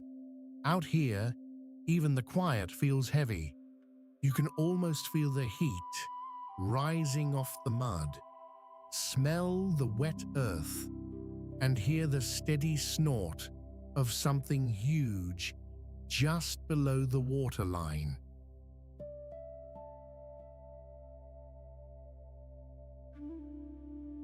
That is when the hippo appears. Hippos live in rivers, lakes, and pools across sub-Saharan Africa, and they spend much of the day half hidden in the water. They may look slow and sleepy, but they are full of surprises. A hippo can weigh as much as a small truck, yet it can move with sudden force when it needs to. Up close, a hippo looks like a tank built for the water.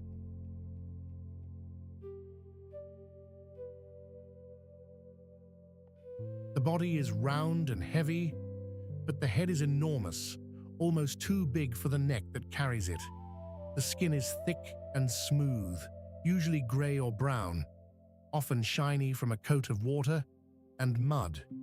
The eyes, ears, and nostrils sit high on the head. which lets the animal stay mostly submerged while still watching, breathing, and listening. It is a clever design for a life spent in rivers.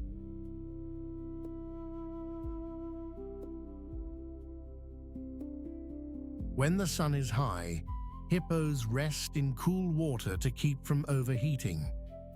They can hold their breath for several minutes and often sink almost completely under, with only a little part of the face showing above the surface. At night, they leave the water and head onto land to graze. They eat grass, and lots of it.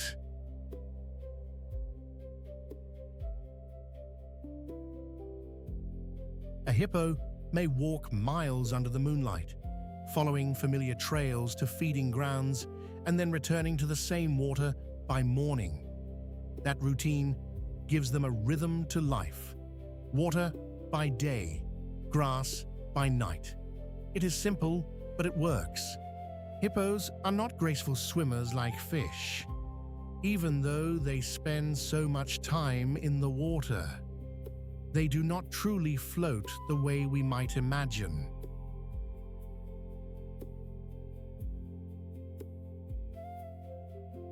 Instead, they push and glide along the bottom or move through shallow water with surprising speed.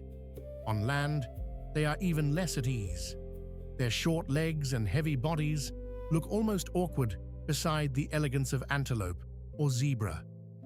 But do not let that fool you. Hippos are strong, and they can be dangerous when they feel crowded or threatened.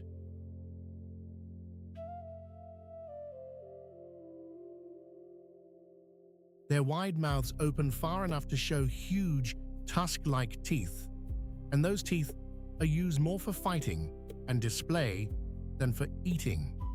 Much of the time, though, a hippo's world is one of waiting, listening, and conserving energy. In the heat of the day, a whole pod may crowd together in a river bend, with calves tucked safely between adults.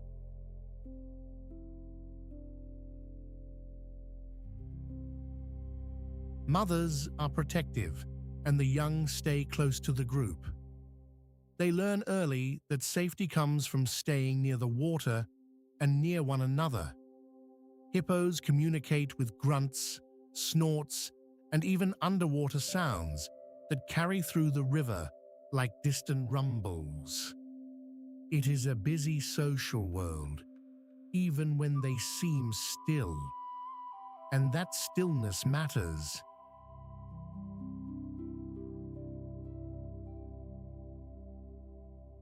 Hippos help shape the waterways they live in by moving between water and land every day. Their grazing paths open routes through grass, and their bodies churn up shallow pools, keeping the riverbanks changing and alive. They are part of the great daily work of the wetland, and without them, the scene would feel very different.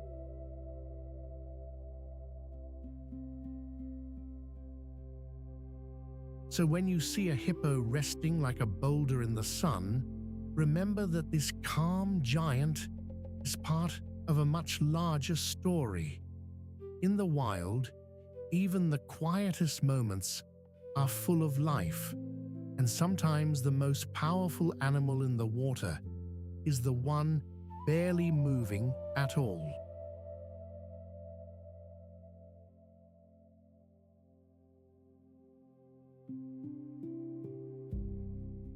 There is a kind of quiet awe that settles over the plains when a herd of Cape buffalo comes into view, not because they move fast, not because they are flashy. It is the sheer feeling of weight, of power, of old strength, walking through the grass. The dust lifts around their hooves. The air seems to hold its breath.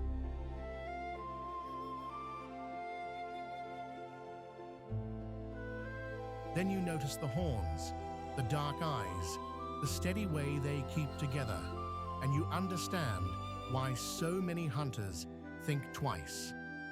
Cape buffalo live across much of sub-Saharan Africa, from open grasslands to swampy lowlands and river edges. They are one of the most powerful animals on the continent, and they earn that reputation every single day.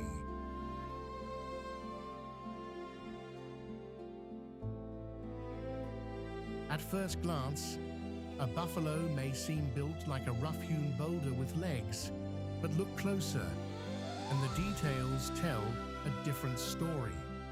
The coat is dark, often deep black or brown, and the hair is short and sleek, especially along the body. Older bulls can look worn and weathered, as if the years have carved them from smoke and stone.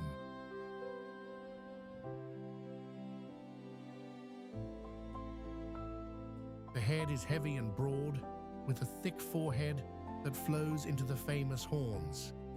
Those horns sweep out and down, then curl upward at the tips, forming a kind of shield across the face in older adults. This boss of bone and horn is not just for show. It is a key part of defense, and in a close fight, it can turn the tide. Up close, the buffalo's build is all about strength.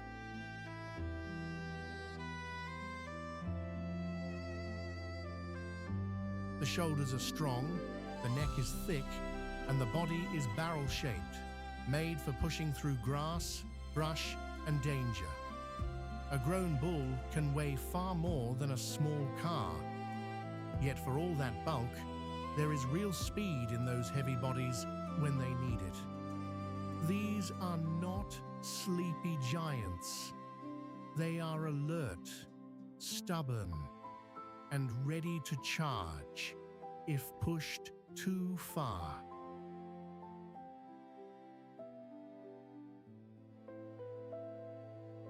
Much of the day, Cape buffalo feed in groups, cropping down grasses with broad mouths and strong teeth.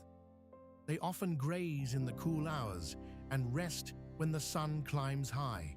Water matters to them, so you will often find them near rivers, lakes, and marshy ground. They need to drink regularly, and they do best where fresh grass and water are close at hand. A buffalo herd is no loose crowd.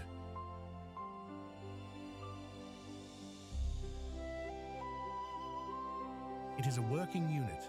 Adults keep close. Calves stay tucked near the center. When one animal lifts its head, the others often do too. Their ears flick, their tails swish, and their bodies shift as one. There is safety in numbers here, but there is also trust. A mother buffalo keeps a close watch on her calf, and the herd helps shield the young from danger.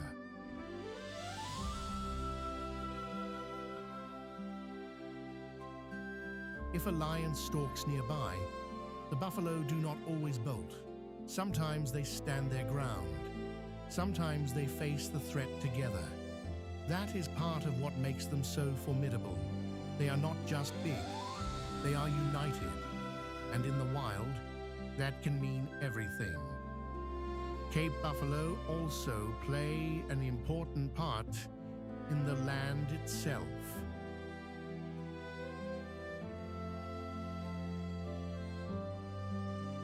By grazing, they help shape the grasslands, making room for new growth and keeping plant life in balance. They are also part of the food chain that supports lions, hyenas, and other scavengers when the old, weak, or injured are lost to the hard truth of survival. Even in death, nothing is wasted for long out here.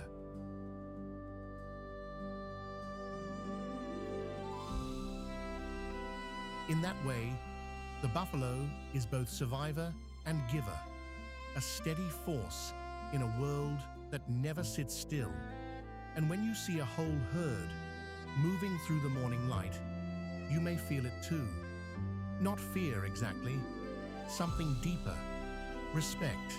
Because some animals do not need to be loud to be unforgettable. Sometimes power simply walks by.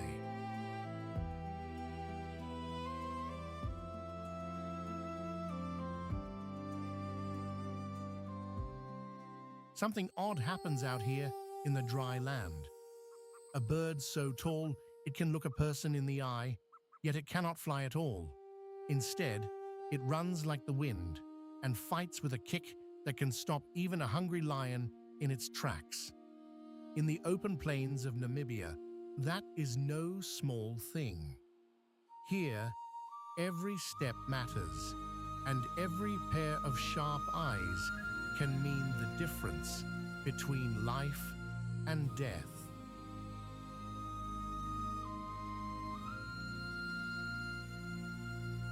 This is the ostrich, the largest bird on Earth and one of the most hard-to-miss animals in the African wild.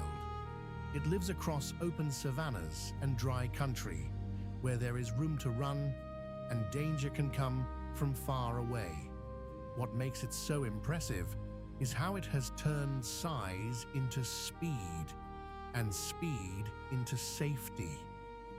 Its body looks built for one purpose: to survive in a place with very little mercy.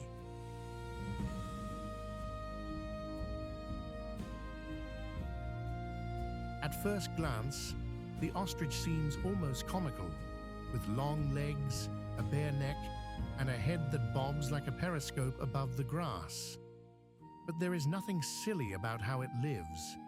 The ostrich is a towering bird with a long, bare neck and a rounded body covered in soft feathers that often look black and white in males.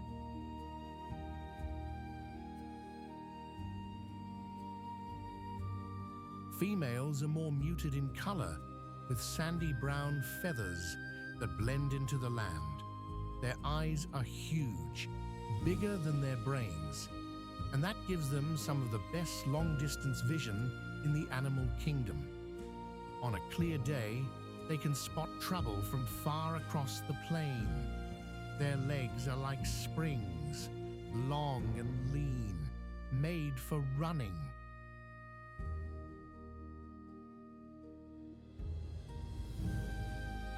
Each foot has just 2 toes, which helps them move fast over open ground. And those legs are not only for running, they are weapons too.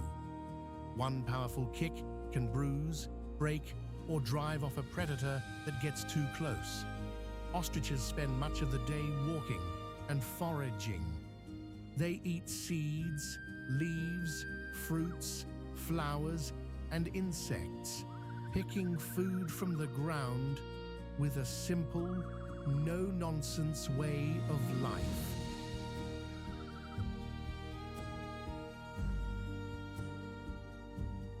They do not chew like we do. Instead, they swallow small stones that help grind food inside the stomach, almost like a natural kitchen mixer. In dry country, that matters. Food can be scarce, and water may be far away. Ostriches can go a surprising time without drinking by getting moisture from the plants they eat. They are also smart about when to move.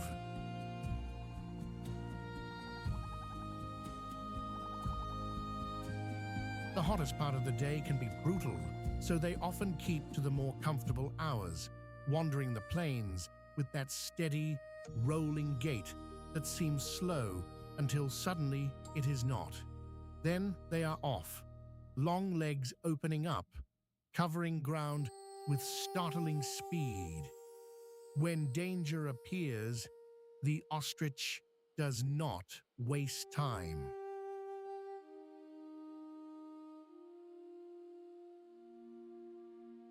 It lifts that head high, locks onto the threat, and decides in an instant whether to run or fight. Family life for ostriches is just as fascinating. They often gather in groups, which gives many eyes and ears a better chance of spotting danger. That is important in a land where lions, hyenas, cheetahs, and jackals are always watching.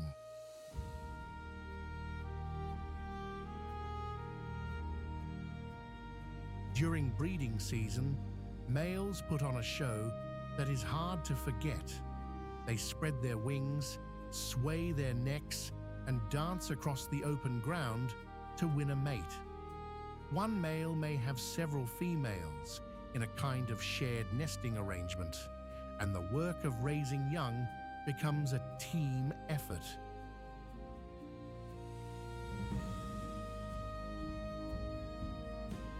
The main female lays her eggs in a shallow nest scraped into the earth, often with several other females adding eggs to the same place. The dominant female and the main male usually take turns keeping the eggs warm. That nest can hold a lot of life in one spot, so guarding it is serious business.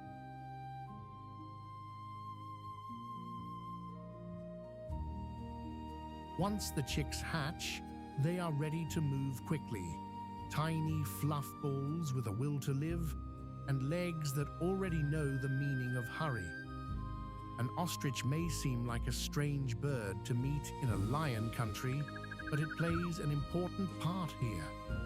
It helps spread seeds as it moves, and it eats insects along with plant matter, which helps keep the balance in the grassland.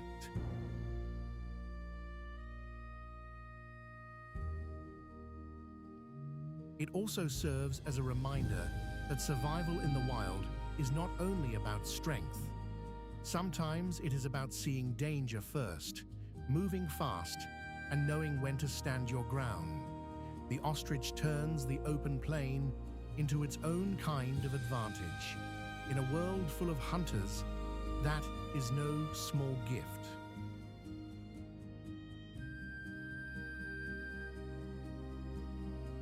And out there, under the wide African sky, this giant bird proves that flight is not the only way to stay free.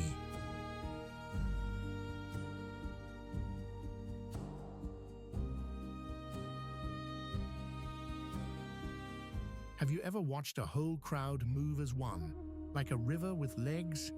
That is the feeling the plains give you when the wildebeest arrive.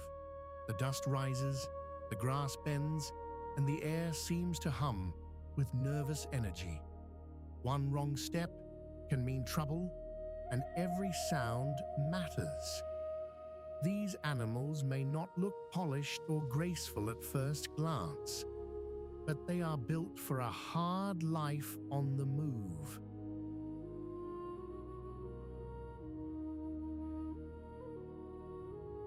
The wildebeest lives across the great grasslands of East Africa, especially in places like the Serengeti and the Mara. Its life is tied to rain, grass, and survival by the day. And once you meet it, you start to see why it is one of the wild's great travelers. A wildebeest stands like a bundle of muscle and motion.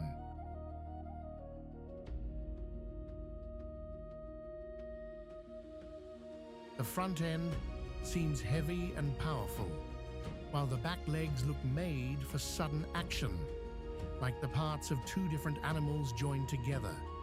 Its head is broad, with a face that can seem almost shaggy and serious at the same time. Dark hair hangs along the neck and chin, giving it a rough, weathered look.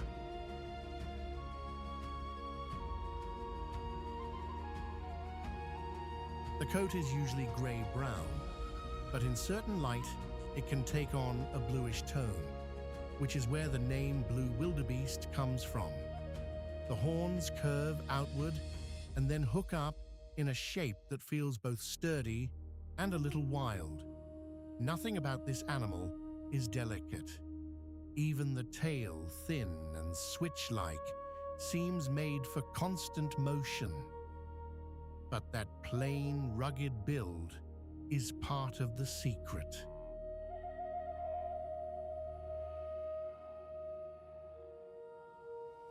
It is a body made for long miles, quick decisions, and life in a crowd. The days of a wildebeest are ruled by grass and water. These animals spend much of their time grazing, moving from one feeding place to another as the seasons change. They are not picky eaters, but they do depend on fresh grass, especially the short, green growth that follows the rains.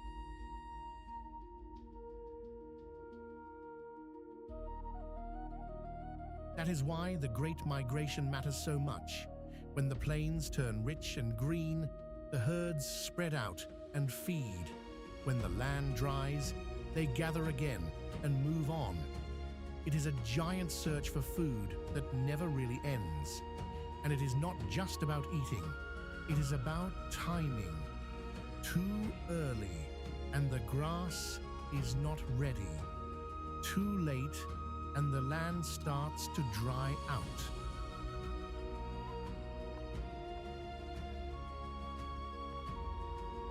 Wildebeest have to keep moving, sometimes in huge columns that stretch farther than the eye can see. They travel with zebra, which often lead the way and help spot danger. In that crowd, every animal has a role. The herd is the safety net. One animal alone is exposed. A group of them has a better chance. Family life in wildebeest herds is busy and fast-paced, especially during calving season.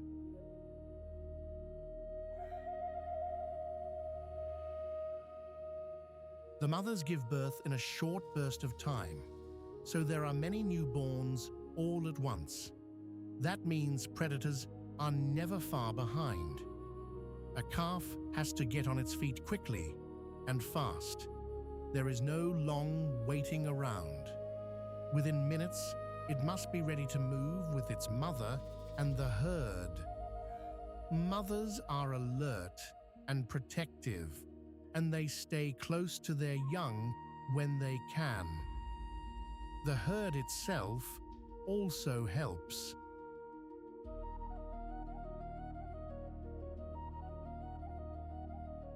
There is safety in numbers, and danger has a harder time picking out one baby from a moving wall of bodies. Adult males can become restless and pushy when it is time to compete for females. You may see them snorting, stamping, and clashing horns in the open, all part of a rough kind of courtship. It can look noisy and chaotic, but it is part of how new life continues on these plains.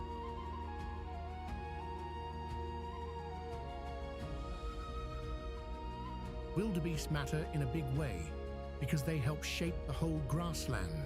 They eat grass, they move seeds, and they feed many other animals through the chain of life. Lions, hyenas, crocodiles, and other hunters all depend on them at different times of year. When wildebeest are healthy and moving with the rains, the whole system stays in balance.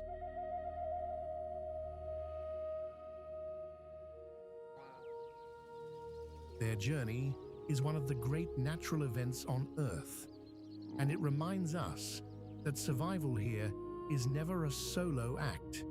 It is a shared story, written in dust, rain, and hoof prints. Watch them long enough, and you realize they are not just running from danger, they are following life itself.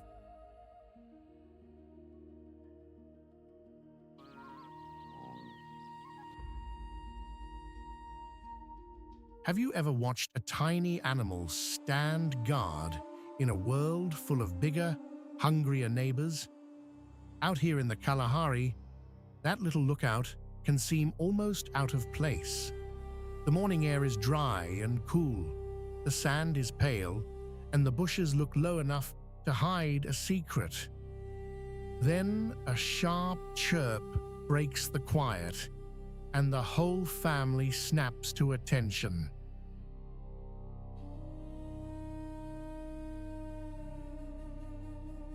Meerkats live in the Kalahari Desert and nearby dry places across southern Africa. They are famous for their teamwork, their quick ears, and the way they take turns watching for danger while the others go about their day. At first glance, they may look small and unimportant, but in this harsh land, that would be a big mistake. Meerkats are built for life in the open.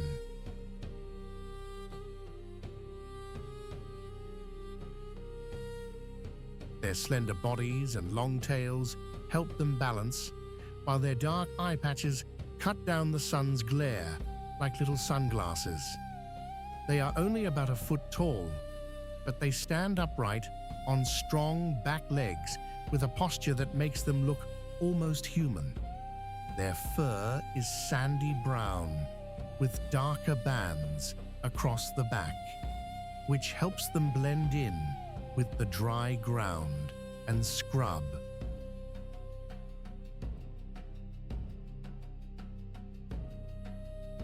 When they pop up from a burrow, they seem to appear out of nowhere. That burrow is their home base, their shelter, and their safe place when the heat rises or danger comes close. Their claws are made for digging, and they work like small garden tools, tossing sand aside fast enough to build and repair tunnels.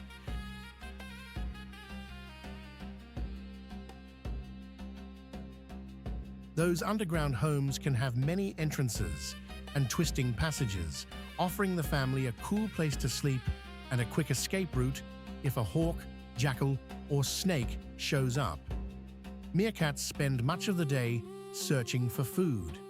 They eat insects, beetles, spiders, scorpions, small lizards, eggs, and sometimes roots or fruit when they can find them. They are not picky, and in the desert that helps.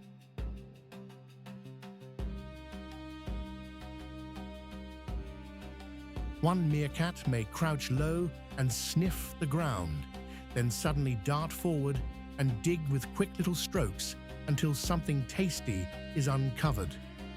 Another may stand tall on a mound, scanning the sky and the horizon, ready to give an alarm call if trouble appears. That constant watchfulness is one of the most impressive things about them.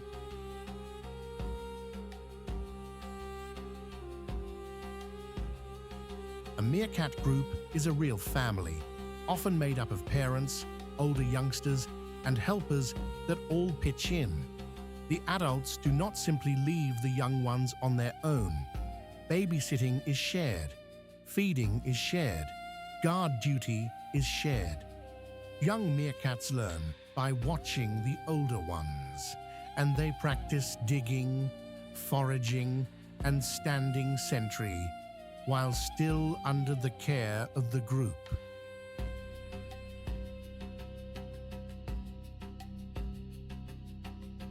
They talk to one another with a wide range of sounds, from soft purrs and chirps to sharp warning barks. It is a busy little community, always working together. And that teamwork matters because the desert can turn harsh in a hurry. The sun bakes the ground by midday, food can be scattered and hard to find, and predators are always nearby.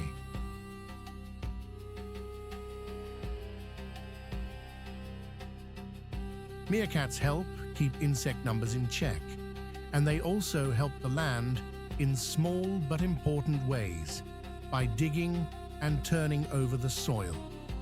In a place where so much life depends on caution and cooperation, these little sentinels have found a way to thrive. And maybe that is the wonder of them.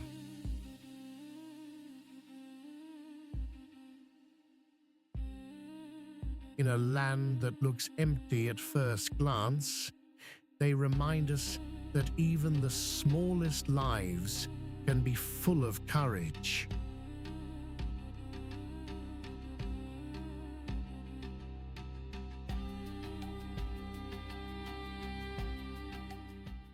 The river goes quiet before the chaos begins.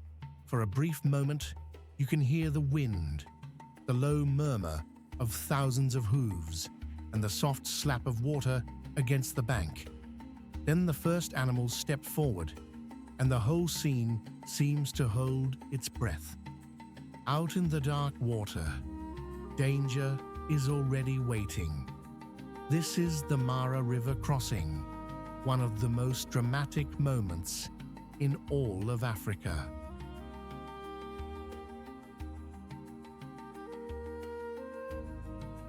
It happens where the Great Migration meets a river that can be as unforgiving as fire. Here, wildebeest, zebras, and all the predators that follow them are locked in the same desperate story. At the front of the crowd, the brave make the first jump. Behind them, the rest follow, because there is no turning back. The first splash is a signal. After that, everything moves fast. Water erupts.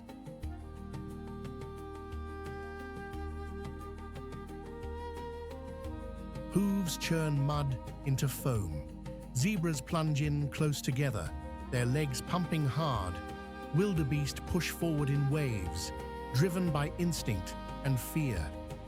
Then the crocodiles strike. They rise without warning, using that ancient stillness to their advantage. One animal bolts, another slips, and the current takes hold. The bank behind them keeps pressing. It is not cruel so much as unstoppable.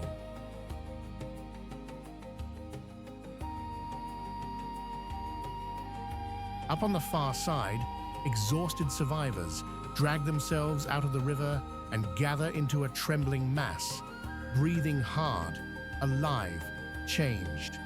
But the danger is not over. Lionesses are already watching the crossing point, waiting for the weak, the young, and the tired. The river may have been crossed, but the battle for life is still very much underway.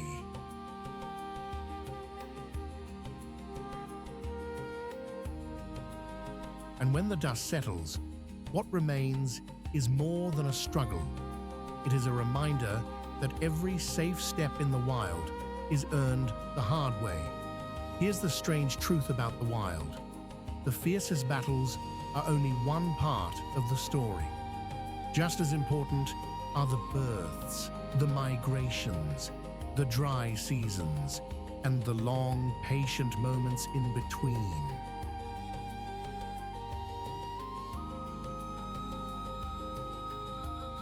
That is what makes places like the Serengeti and the wider African plains feel so alive. Every hunt matters, every herd matters, every cub, calf, and chick matters. Lions may wear the crown in our minds, but they are only one thread in a much larger web of life. And when that web stays strong, the whole landscape can breathe.